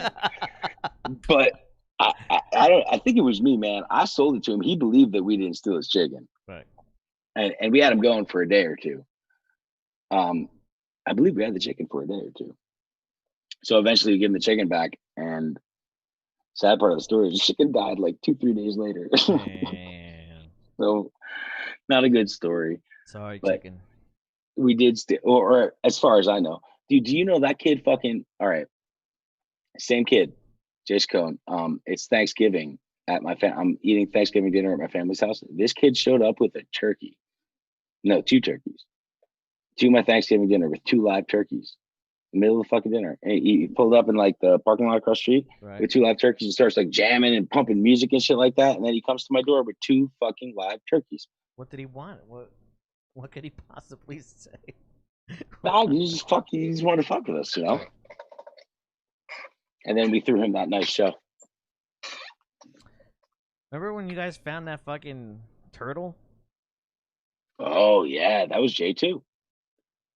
I had nothing to do with that. We took like a fucking 300-year-old turtle from a pond, brought it back to my living room. I just remember I was home at the house I and have pictures of it. you guys show up with this fucking spike-tailed fucking turtle. It's huge.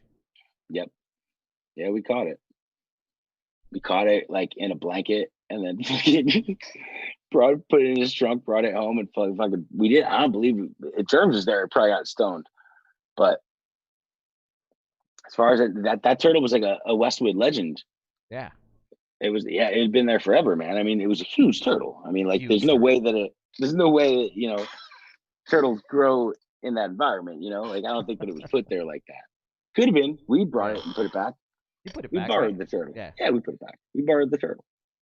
Well, Jay borrowed the turtle and brought it to my house. But Yeah, it was a fucking huge snapping. Dude, that thing was not happy it was at our house. that's a turkey, a chicken, and a fucking dude. I had a pig in my house in my last apartment. Yeah, huh? Yeah, dude. Pig, fucking some stripper broad came in with a fucking pig, dude.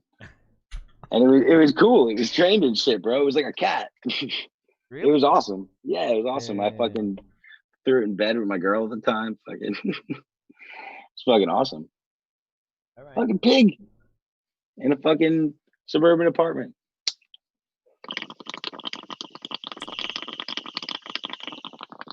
Lots of weird animals, man. Yeah, I think about it. We had that snake. We had a hamster. Were you around for the hamster? Yeah, you were around for the hamster. I don't Killed remember the itself. hamster, but I remember Reagan. Yeah, you do. You remember the hamster. Which one? Didn't you name him like Al Pacino or something, or was that There's Elvis. Elvis? Yep. It was bestowed upon me. So some girl gave me a hamster, just like left it at my house. Right. We had it forever, and I was a dumb Wait, young was that boy. Jess? Was that no? Jess Collins also at some point in her life gave me a hamster, and I had Indy. Indiana Jones was my cat, Yeah. and being the sadistic little fuck that I was, I wanted to see what the cat would do to the hamster. So I No put the way. hamster on the floor, and I put the cat right like in front of him. I put Indy down right in front of him, and my cat would do nothing. He just stared at the hamster blankly. Oh, okay. I was waiting for it. No, my cat was just like looking at me, looking at the hamster, like, what the fuck am I supposed to do with this? I'm like, nothing, huh? Not even like a smell? Nothing. They just stared at each other.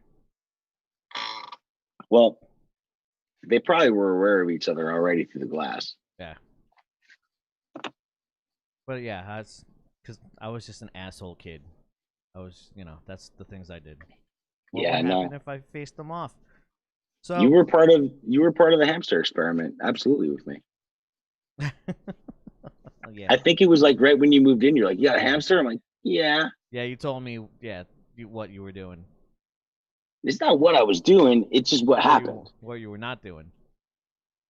It just would go like because someone else used to feed it. Right. Like this girl whose hamster it was who couldn't have it used to come over and feed it, and like I think I like went on tour and forgot I had a hamster and came home and I was like, "Wow, I just went on tour and I had a hamster."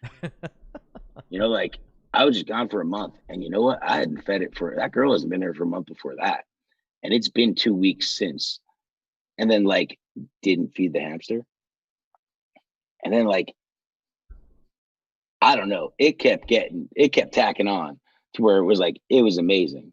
It became a science experiment, and everyone in the house was like, "Do not feed the hamster," like feed the hamster. This is for science. And I honestly don't remember what happened to the hamster. It stayed around for someone a else. minute. I don't think it died. Oh yeah, no. You know what? I just said it before. It committed suicide. That's right. No, that's what happened. Yeah, it dug itself a hole. It dug itself a hole in the bedding, and we were like, "Huh, hamster dug a hole. Pretty fucking weird." And then like 2 days later, it died. Yeah. No, you were there definitely. Yeah, it was for science. None of us wrote a report on it or anything, but it was for science. There is a poll on Loudwire. There's people they polled people in the industry to see if they think music will be back in 2021. Not full swing. Not in America. Survey was conducted between August 23rd and September 7th. Pulling from a cross section of industry professionals, nearly 24% work in the venue business. 17% came from promoters. 11% made of hybrid job titles. Are there So they took this pool of people and they asked them about the return of live music. 54%, that's only a little over half. 54% felt that a full capacity return would occur in 2021, while 30% that full capacity shows would not happen until 2022. So yeah, I agree with that. Yeah. That it won't be back in full swing until 2022. Of that grouping, only 2% of those polled felt that full capacity shows would arrive by the first quarter. 27% felt that live shows could return to full capacity by the third quarter. You're gonna lose all the casual audience, is what it is. Yeah. Like I mean, like seeing people, diehards, and everything like that are gonna go and they're gonna have an awesome time for a minute. But have any statistics come out? It's weird to me that industry professionals aren't on the same page because half the people think one thing and half think another. Because these aren't we can't go by that. We can for what we do. We can't go by industry professionals. Industry professionals is Live Nation, is Disney, is fucking ARG. Is like in America anyway. But they just took I just read to you. They took a cross section of not just Live Nation. Some of these are independent promoters. Some are venue owners. Okay. So this is a cross section of everyone. So it's that no one really is on the same page, or no one really. It just shows you that no one knows what the fuck is going to happen. Absolutely. I think that, and to be honest with you, I really don't even know why I'm saying this, but I think after the election, you'll be able to make a better prediction of that as well. We'll see. I don't think anything's going to get better ever. Well, I'm not saying that either. Ever. But I think that you'd be better to predict at that point. Interesting stuff. Oh, I'm posting a link for Alabama Meth Gators. It's real. I mean, there's a free band name for everyone. Dude, that's what I said too. I don't want to be in the Alabama Meth Gators, but that is a great somebody. Yeah. Alabama Meth Gators. Yo, I'm currently sitting on the best band name that I've ever been in possession of that isn't used. It's the best one I've ever had. It's the best one that I've been hip to that is not has never been used. Right. So I don't want you to tell me it, but is it like No. for a specific genre? Is it Yes. genre specific? Yeah, I think so, man. What genre? Pretty. It would have to be something very deathy, very morose, very best suited for a death metal band, I suppose. Okay. Black metal band, maybe a certain type of horror punk band, maybe, or something very dark. Um, it's a fantastic name, and it's not used. And I have to look this up. I just have what see if Alabama Navigators is a band. Someone's got to have done it. It's too good. Is that what you're looking up? No, I'm looking up at the Alabama Meth Gators thing. It's totally real. Right. There's videos too. I just posted like fucking, Police. Flushing drugs could create Alabama Meth Gators. Look at the nice collection. I know you're on a delay here, but this nice collection of paraphernalia. Yeah. What the fuck's that got to do with anything? I like that the cops line this all up. Like here are all the drugs we can do. Don't flush any of it down the toilet. Do them all. God. Um, Jackson Police posted. Oh God, I'll find you the fucking link. I'm not gonna find you. Like I'll post it afterwards. Jackson Police found fucking like we're bragging about like a gram of weed that they fucking recovered on their Facebook this week. Yeah. Like, dude, it's a shady eighth, maybe a gram. Dude, it's like fucking in like a bindle, like tied like this, bro. And fucking, I guess Jackson Police were like really, or Madison County Police, I don't know, were bragging hard about it. Like the comment section on that is one of the fucking funniest things I've ever read in my life, bro. Fucking like just the people of Madison County being like, "You got him, chief." Fucking, thanks for keeping them off the streets, bud. Dude, Damn. the comment section of that shit is fucking incredible. It is one of the funniest things I've read on the internet in a minute.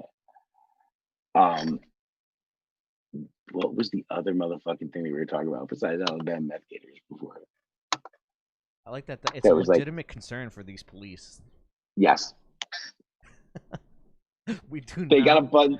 We do They're not constantly. want gators on meth. Please don't fucking flush it. I mean, there really are meth gators. If you like, Google it. There's videos. I mean, to be strange, or strangely enough, like, I mean, listen, Google.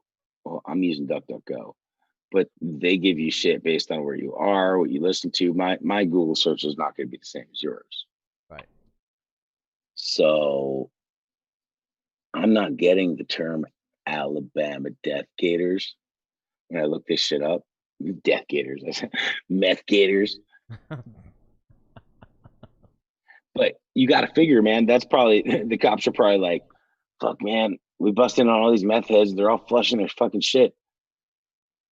Dude, Think those gators are gonna fucking think those gators in the sewer are gonna get this shit? there's Fuck." already a shirt. Someone's already made a shirt. An Alabama meth gator shirt. Yeah. Let me see images. Hold on, I'm fucking. Yeah, dude, it's a thing, bro. You do not want one of Jason It's on sale Trioxin's. for $8, so we could all get Alabama meth gator shirts. I'm I'm gonna see if there's a band.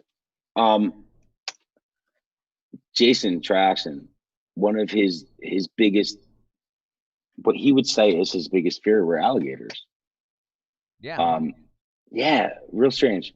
And Strange for a kid from New Jersey. We don't have many fucking alligators up here. I know, right? So we were on tour and we were like going somewhere down south, and Jason was just making a big deal about it. Like he was like all like Renee and Kansas up on that tour. Like he was one of the gals. Right. Um and like I had overheard them talking about fucking Jason being Jason's biggest very big alligator for so long, and just like got so sick of fucking hearing it. Fucking, and then like when we got down to Florida, Jason was gonna face his fear. We were gonna be somewhere that there were gonna be alligators nearby, you know, and they were gonna do it. You know, Right. we were gonna go there, and so we get to this fucking place this day, right? And I didn't want to fuck, you know me, I don't fucking really give too much a fuck about sightseeing. Um, we get to this place, we gotta stop so Jason could see the alligator. You know, like, Right. and we do. Where the fuck did And you go? I don't fucking. We were somewhere in Florida, bro. Somewhere, obviously in southern Florida, somewhere maybe near the Everglades. I don't know. You know what? It was probably near where I was born because fucking we did on that tour spend Easter Sunday in the city I was born in. Do you remember? I don't want to throw you off course here, but when we fucking met your dad. Yes. Yes, indeed. There are stories that have come out about that night since that I'm just like, fuck. Um, there's like a really pretty girl who we met that night. And like, you know me, bro. How many times have I gotten laid on tour? Right. You know, like one night stand got laid on tour. Seriously, could you even recall one? No. Right? I don't have game like that. No. You know, like it's just one night stand isn't my game. Right? Yeah, it And takes work. It's the I was second never time. trying for it, dude. You know what I realized the other day? I've never taken a chick on a date in my life.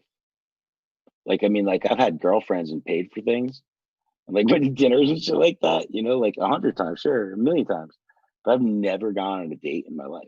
Really? Yeah, never gone on a Ever? date. But I mean, No. you've gone out to dinner, right? Yeah, with girls I was dating already. I mean, those are dates. Yeah, but no, I never went on a date with someone I wasn't dating. Is I guess Gotcha. what I mean. I think Right. Okay. All right. All I'm right. serious. I really I don't think understand. I've ever. So, so you were I've never taken a single. girl on a date. You weren't exclusively when you're not exclusively dating someone. You never gone to like the movies or just like to. All right. Nope, not a. I've never been on a traditional date in my entire life. Never once. Realized that kind of this week. Richard Dicko North says you shouldn't have licked all those floors then. Why, man? I don't. I ain't got no coronavirus. I'm fucking the healthiest motherfucker you know. I've been to a doctor since I was 17 years old. I am not 17 years old anymore. I haven't been for a checkup in almost 2 decades now. 2 decades, more than 2 decades. Is that true? Yeah, it's Two over 2 decades. I haven't had a checkup. the only time I've seen a doctor was when I had that pinched nerve in my neck, and my shoulder was just like I Oh, thought I tore like my rotator cuff or something, as soon as you went like this, I knew what you're talking about. Yep, and it wasn't my I shoulder did at tear my all. rotator cuff.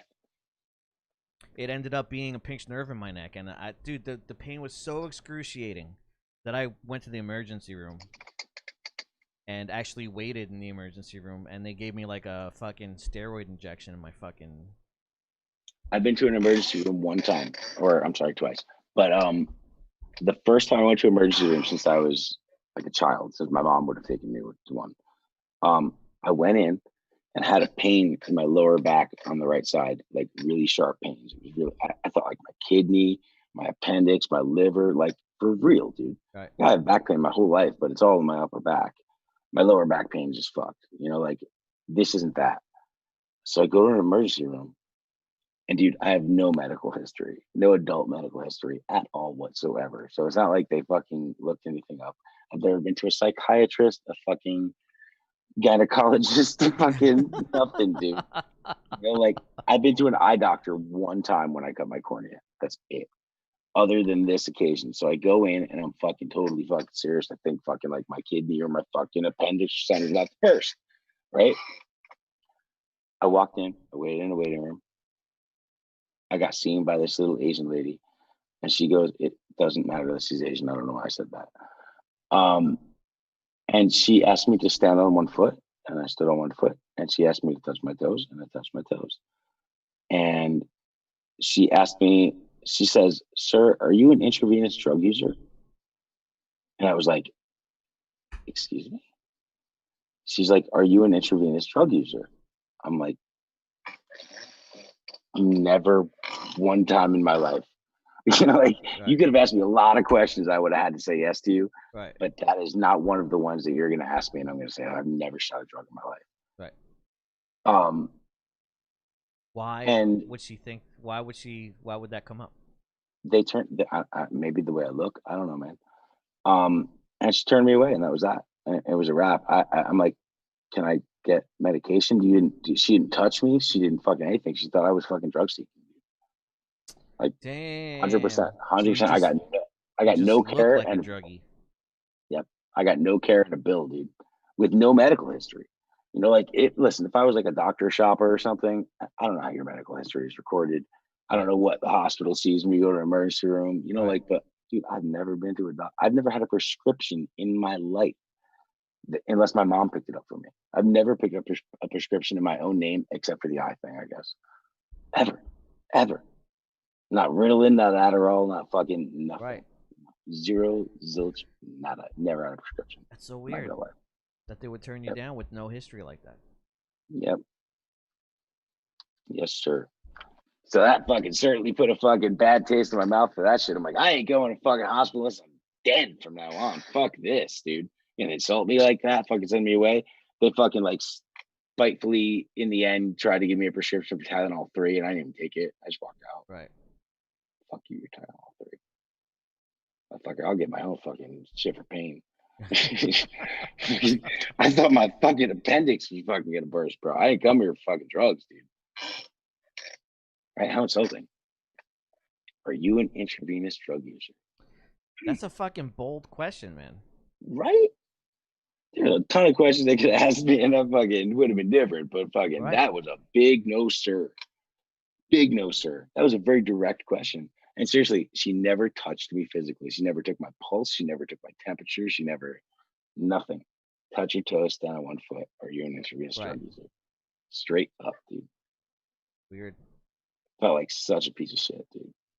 Right. Yeah. No, I didn't. But I mean, like, but she didn't give you like.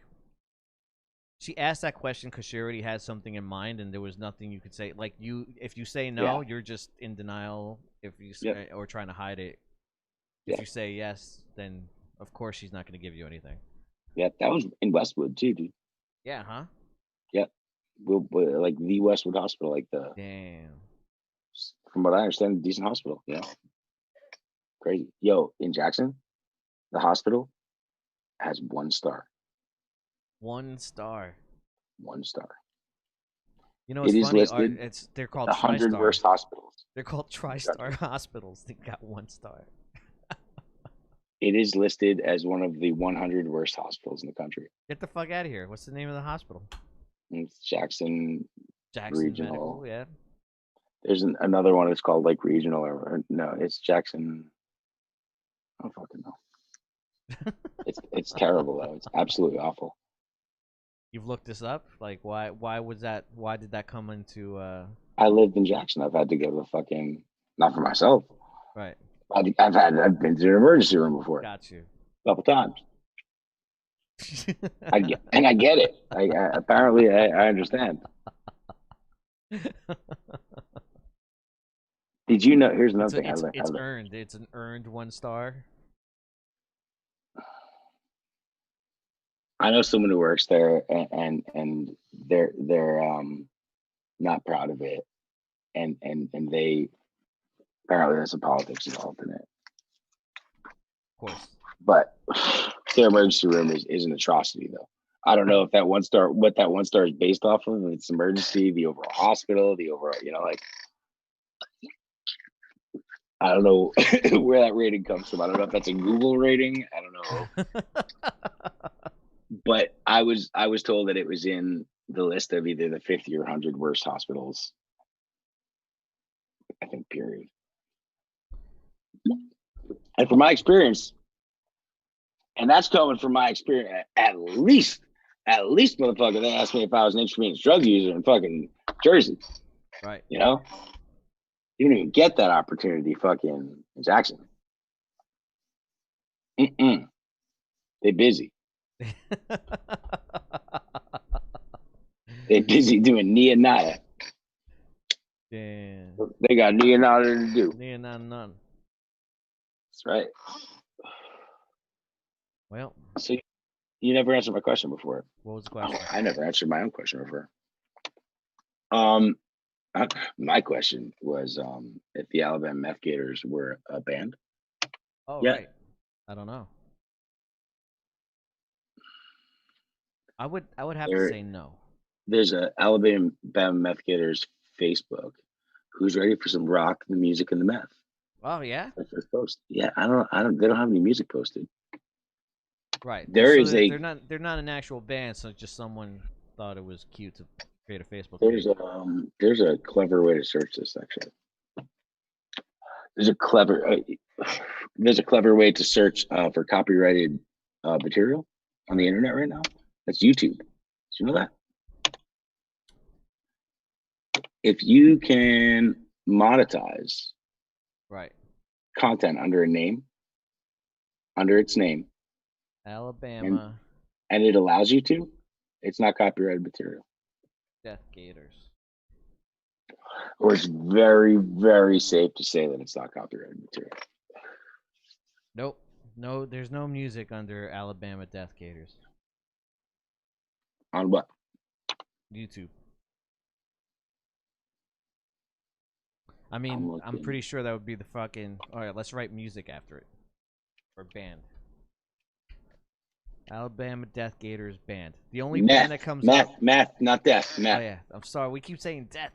I know. I said it before. Meth. I just wrote meth death. It's meth like death, like Megadeth. Yeah, no. Yeah.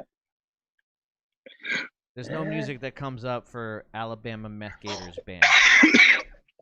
It's just like news reports of Alabama Gators. Just fucking go buy that website or something. Just fucking copyright that shit right now. Right. Just like Gene Simmons copyrights OJ, you know.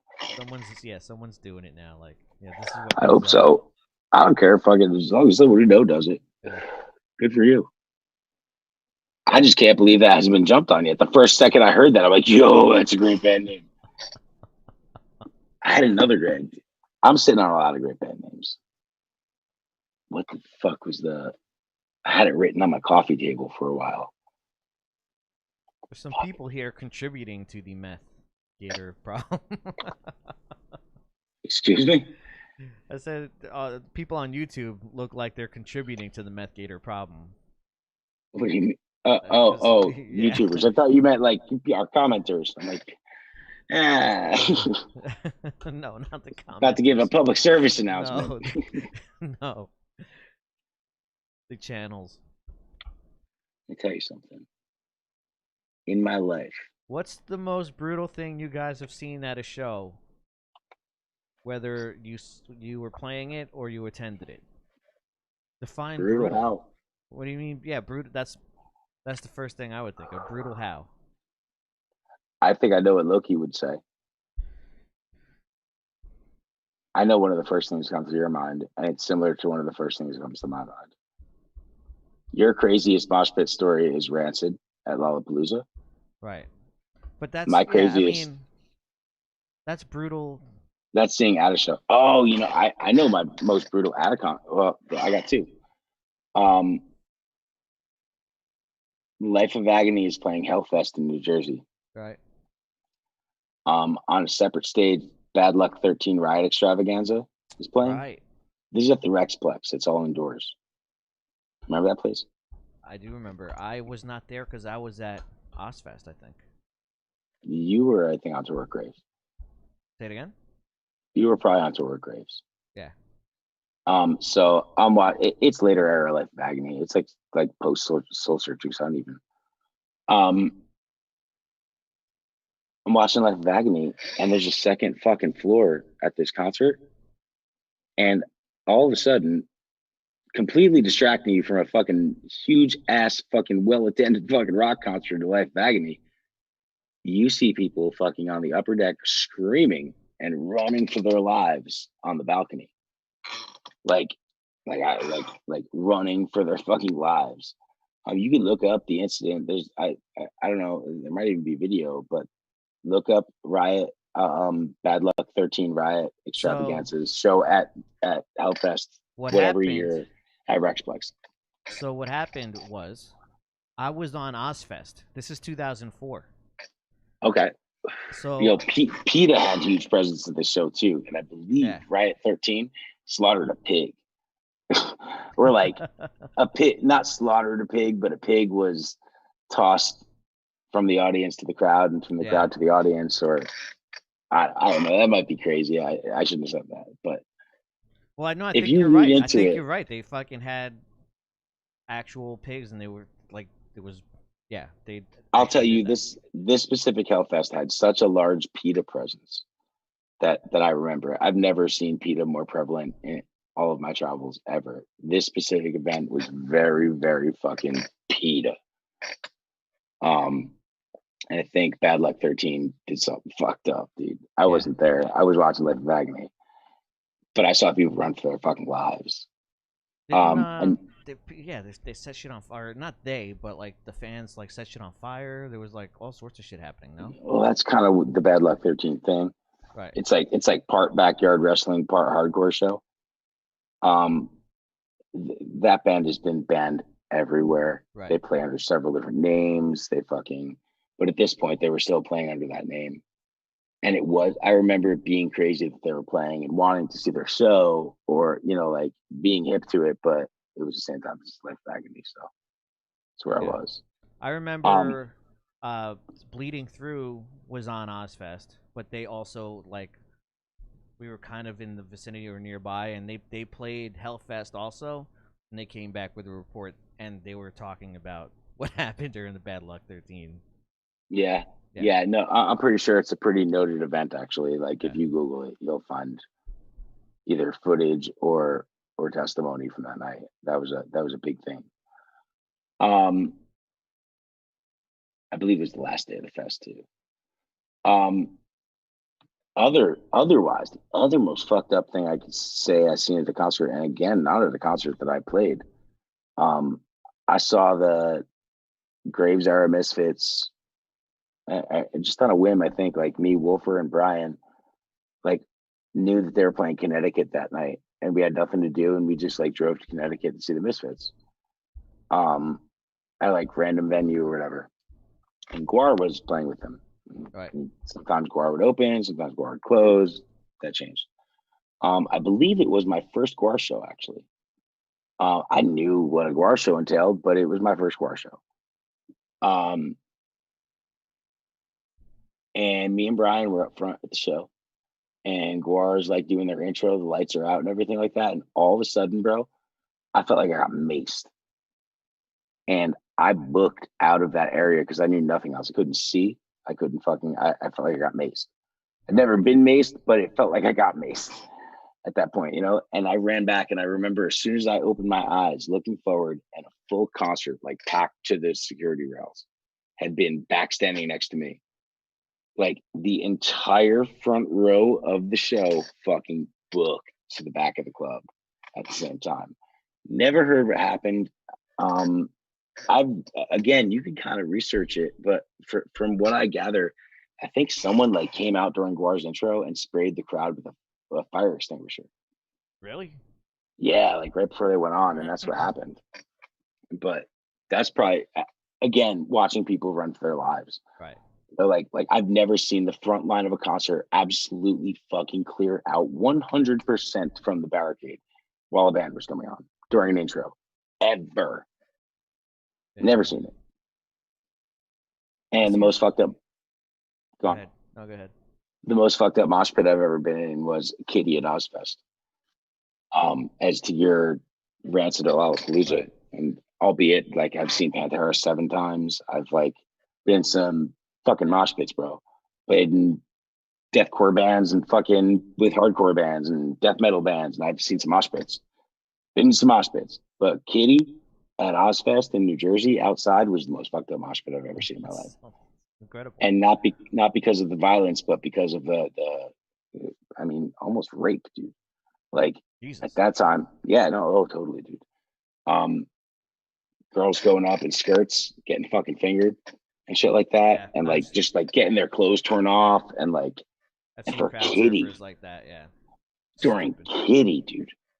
Like it was the most fucked up mass scenario that I've ever been a part of in my life, you know. Albeit I wasn't doing anything like that, but that's what was Something going like on that. around me. That I remember seeing. Remember when, God forbid, there was, I forget what venue there was down the shore. It was in Asbury, but I would see them, and the fucking pit crews just used to be brutal. And if like one, Yeah. if you Remember learning about if that you shit? fucking Birchill, bro. That's where we were learning about if that. you were moshing back then, and I've seen people, and I've seen it with my own eyes, like some poor schlub knocks some kid in the back of the head who happens to be a part of a pit crew. I've seen people just the mob of like 30 fucking people from a pit crew just beating the shit out of one person, and there's not a We all got beat up one night. there's not a goddamn thing that you can do about it. You know what I mean? No, there Like, isn't. you can't be like the brave soldier sticking up for this one dude, because you're just gonna be the next one who gets fucking your ass beat. Yeah, no, there was it was always at the Birchill too. Yeah. But there was a night where we all got our ass beat, sticking up for each other until we fucking learned. Yeah. And that is absolutely how I learned about But pit we crews. didn't get our ass beat like I saw this No, fucking no, poor yeah, schlub. I saw some poor schlub. Get it. not like Tom at Convention Hall. Right. Poor guy. Yeah, I wasn't there. I was at that show. I wasn't there for that. Yeah. I was. They were talking about that show on that fucking podcast I was watching the other night. The fucking that was Cold Chamber, Machine Head, and Pantera on their Trendkill tour. Right. Yeah. Good times. You know how lucky we are to have seen Pantera as many times as we did. In retrospect. Yeah. Because I'll tell you this, I used to say this a lot more back in the day because things are so different. It doesn't matter now. But I used to say that there were two types of metalheads, like those who saw Pantera live and those who didn't. Right. You know, like and it determined your pit etiquette because Pantera had really ironed out pit etiquette at their shows. Yeah. Like that group of fans and that mosh pit was one of the most fucked up, brutal things you'll ever be in. But when you fell, you got picked the fuck up. And they're like push moshing had gotten to the point of like a football drill, you know, like, and it had been universal. Yeah. And then that stopped happening. I remember it like this. I remember going to Ozfest, the first whatever year it was when Slipknot did their first Ozfest. They played second stage. I remember walking into an Ozfest, daytime, walking up the stage, having no idea who Slipknot is, or even like, and looking at the stage way back from the pit, just observing, walking into Ozfest, PNC Bank Card Center, saying this to Germs and being like, 3, 5, 6, 7, 8. Are there fucking 9 dudes in that band? The fuck, you know? And if I'm not mistaken, dude, that's the fucking same pit that fucking had that Kitty fucking pit. Yeah. I think that's the same show, but like, and like, just like, to me, it was like watching a passing of the guard. Like I felt old then, and I was probably not 21 yet. You know, like at that point, like I had seen a complete, like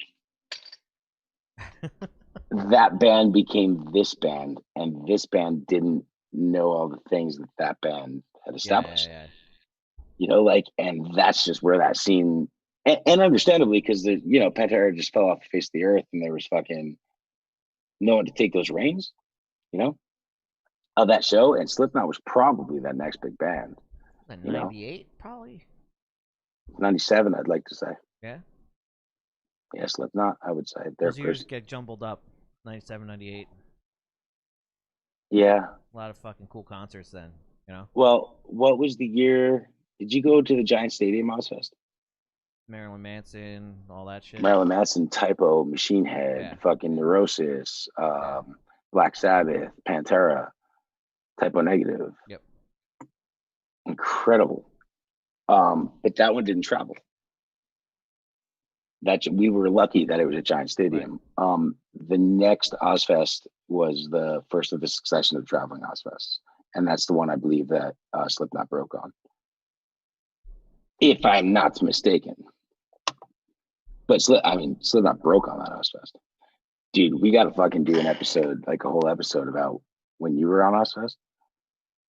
Yeah. Yo, my life changed. Like I could tell like my life took a left turn from the day that I went to the Ozfest, that the New Jersey Ozfest that you got me like a VIP pass for. Yeah.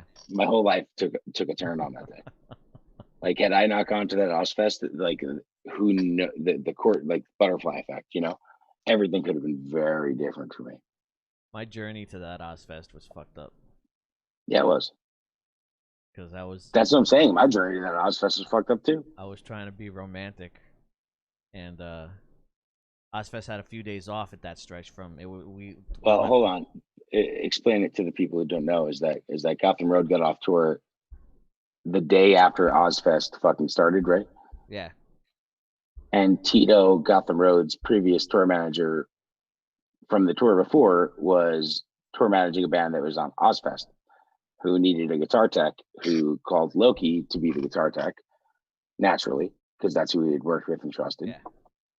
We just fucking gotten off the road for 2 months. But Loki was playing in his own band. Loki was on tour, the second Gotham Road tour. So I guess the overhang was like 2 days. Yeah. So like you missed the first 2 days of the Ozfest or whatever to do that tour, but they still had you. Yeah, so I just missed the they had a New England date, but that's the only date I missed. Oh, dude, that's when Gotham Boulevard happened. Yeah. Yeah, you guys played a show without me. Dude, I played guitar for Gotham Road 2 times. 2 shows. I played Seasons of the Witch riff. I played that shit right. We had to change the set list a little bit, but I did it. Had a Gotham Road show without me. That's right. That's right. There are 2 Gotham Road shows without you. And we went by Gotham Boulevard. Right. Billed as Gotham Road. We went by Gotham Boulevard. That's right. Yep. That must have happened in that period of time. That's the only excuse for it. We must have had like 2 one-offs after the tour or whatever. Because I think it was like Pennsylvania and Jersey. Yeah. And we were just like, fuck it. Michael said Joe would play guitar. Joe was like, okay, we'll get James to play bass. Okay. I played Doyle's Iceman that night. I know that much. Oh, did you?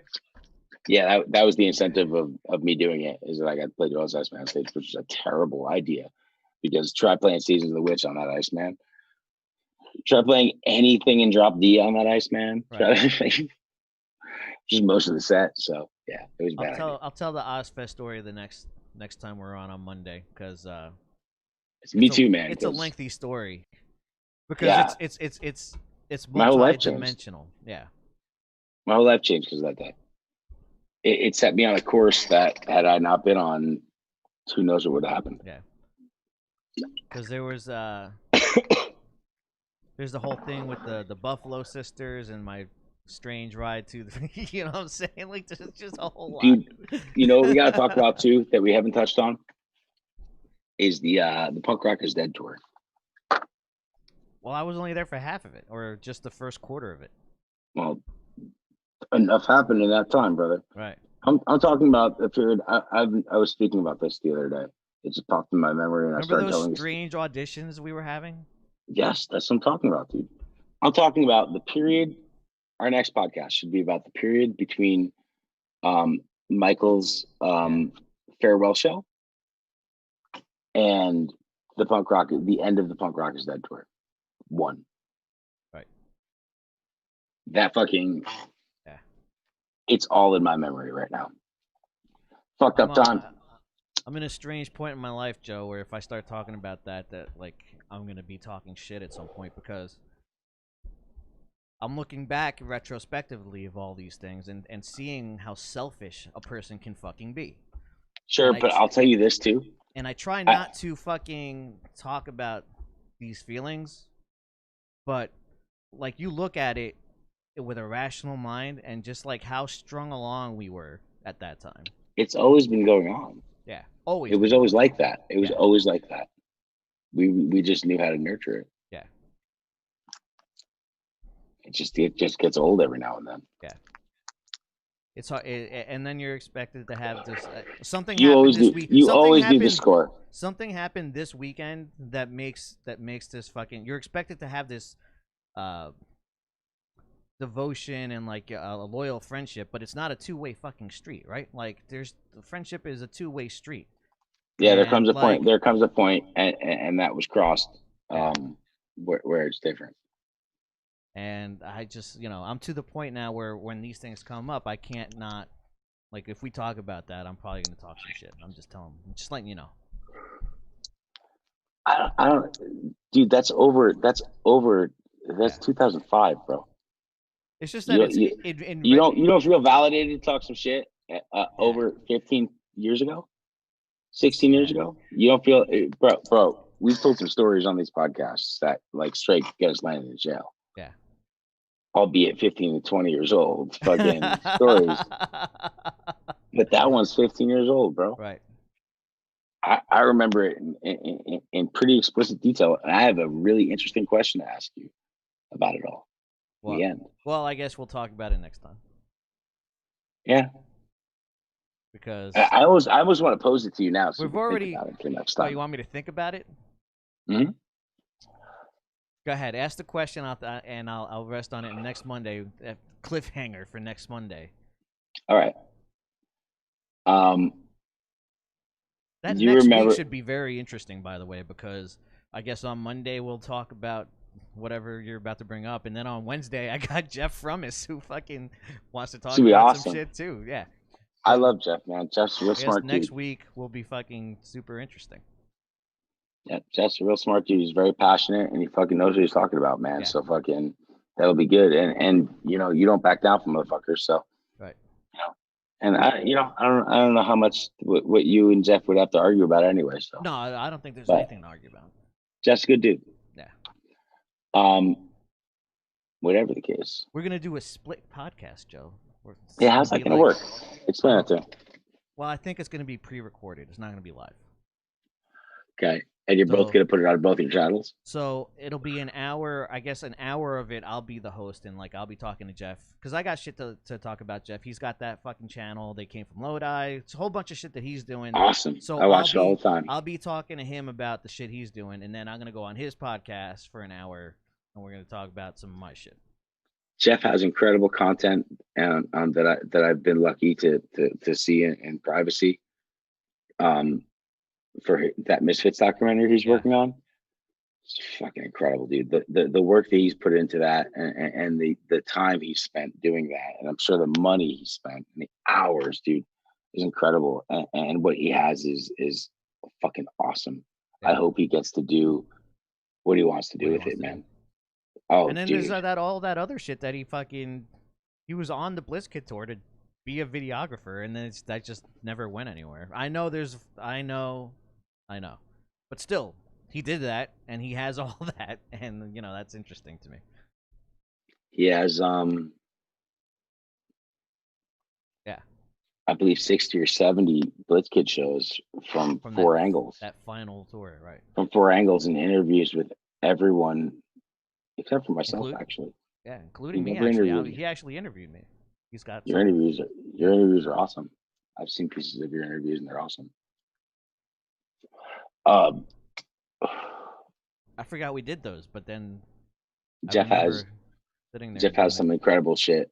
He really does, and I hope that everything that Jeff does is like a labor of love, and everything that he's been working on and sits on, he's just waiting, dude. Yeah, he's just waiting, and what he's got is so rad, dude. That's cool. I would pay a monthly subscription to fucking see Jeff's shit whenever I wanted. Right. To look at Jeff's hard drive every now and then. Incredible. It was incredible. I would pay a month subscription to that before I would pay a month subscription to anything else on the internet. Right. To look into Jeff's hard drive. Good. Well, now I know what to talk to him about. Dude, people accuse him. I'll tell you right now, before he has to say it himself, people accuse him of sitting on footage. But that's his footage. Right. 90% of motherfuckers didn't pay him for it. Well, that's exactly what I was about to say. Like, he was So at the end of the day, it's not that he took this footage as a fan and can do things with it. He was hired to take said footage, and then the artists who were hiring him never moved on it. So now this footage just stays dead, and that's just and it's only a lot of fair. his interviews were bartered in footage too. Right. Like in the way that, like, hey, I will shoot your video, or I will shoot your whatever the fuck you're asking me to shoot. Give me an interview for my passion project. Right. You know, and the footage that he has compiled in his bartering. I mean, I haven't seen nearly all of it, I'm sure. Right. I haven't seen a quarter of it, I'm sure. But the quarter that I have seen is so impressive. And like I said, I would pay for a subscription to that before anything the internet has to offer is Jeff's hard drive.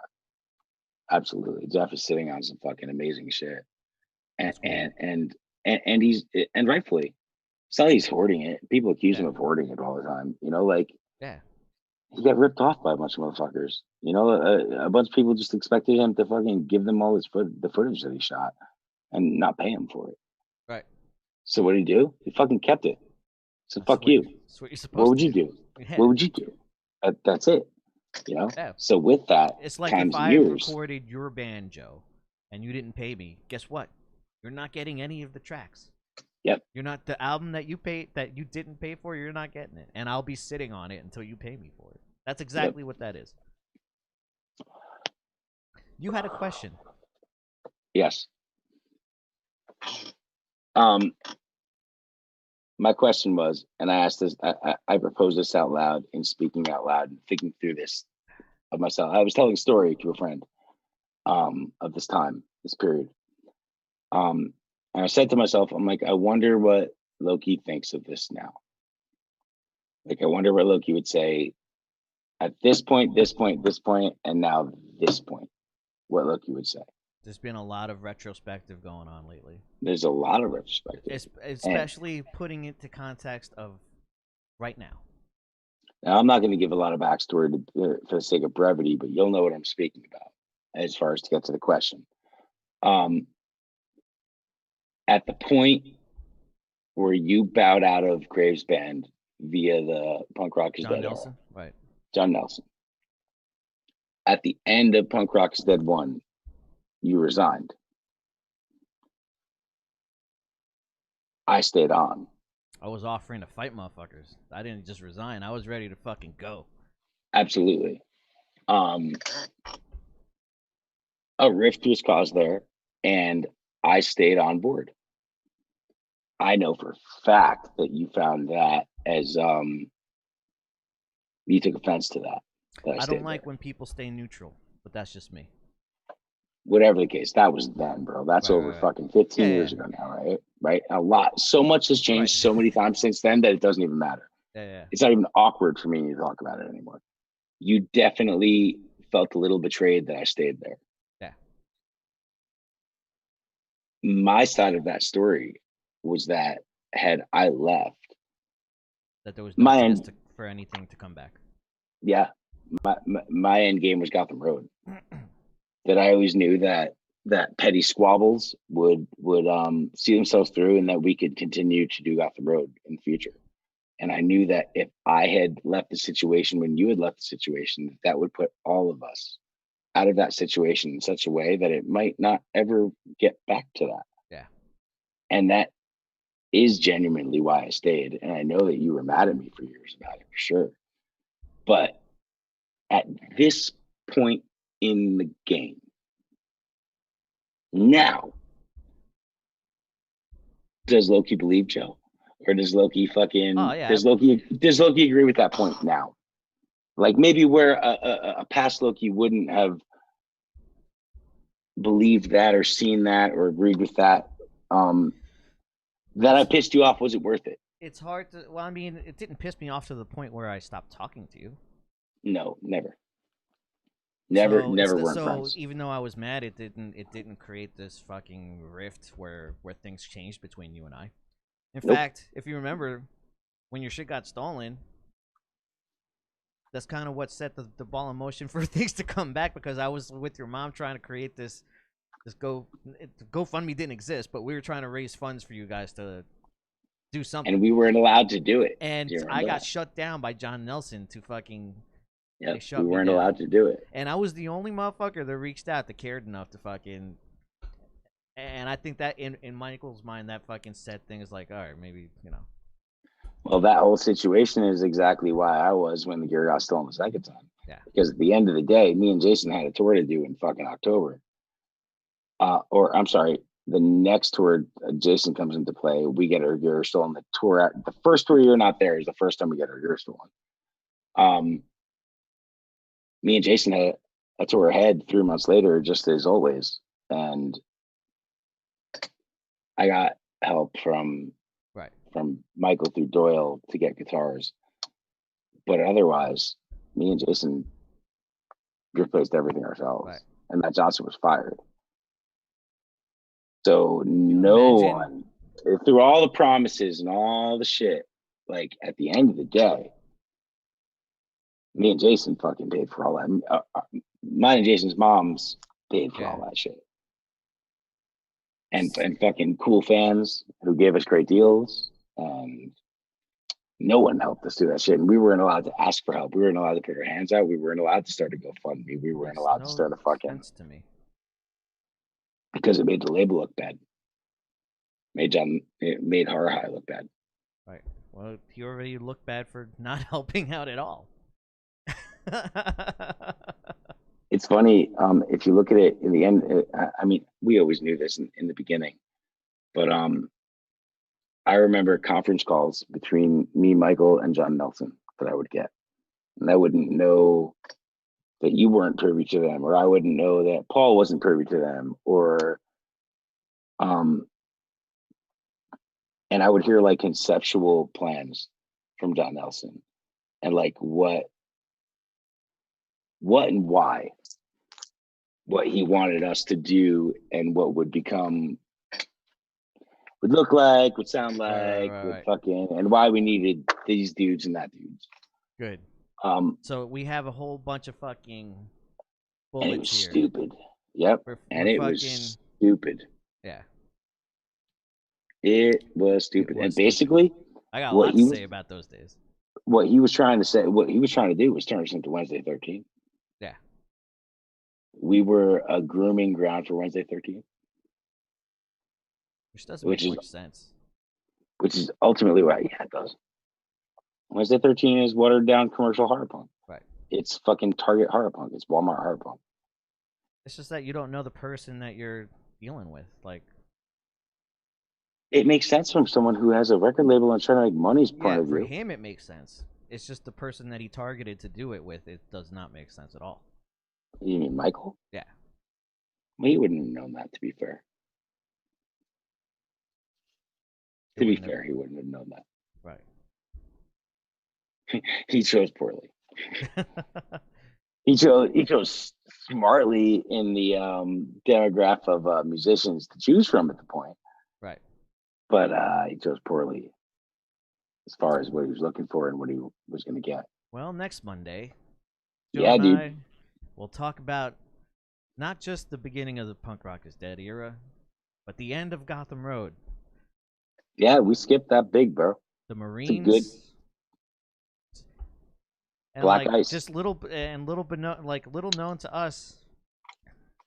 When we got home from the Marines, that the next thing he would do was not Gotham Road. And little known to us, we would hear fucking music that he just like went off and did by himself and didn't say anything to anyone. Me and you had no idea. Yeah. So no idea. I guess we'll get into that next time. It's a good one. It's gonna be a good one. It's a good one, and I can't wait to hear how you feel about next Monday. How you felt about that through the years, and now how you feel about that. Oh, there's the context of now is I've never thought about it more in my life, actually. So. Am I wrong about how it's probably changed though? Well, with you specifically, No, I mean, I see now why you did it. I could see your rationale, but like if it happened again, I'd still be pissed. Yeah, sure. I'll give you that, but you gotta keep in mind I had to eat that for years. Right.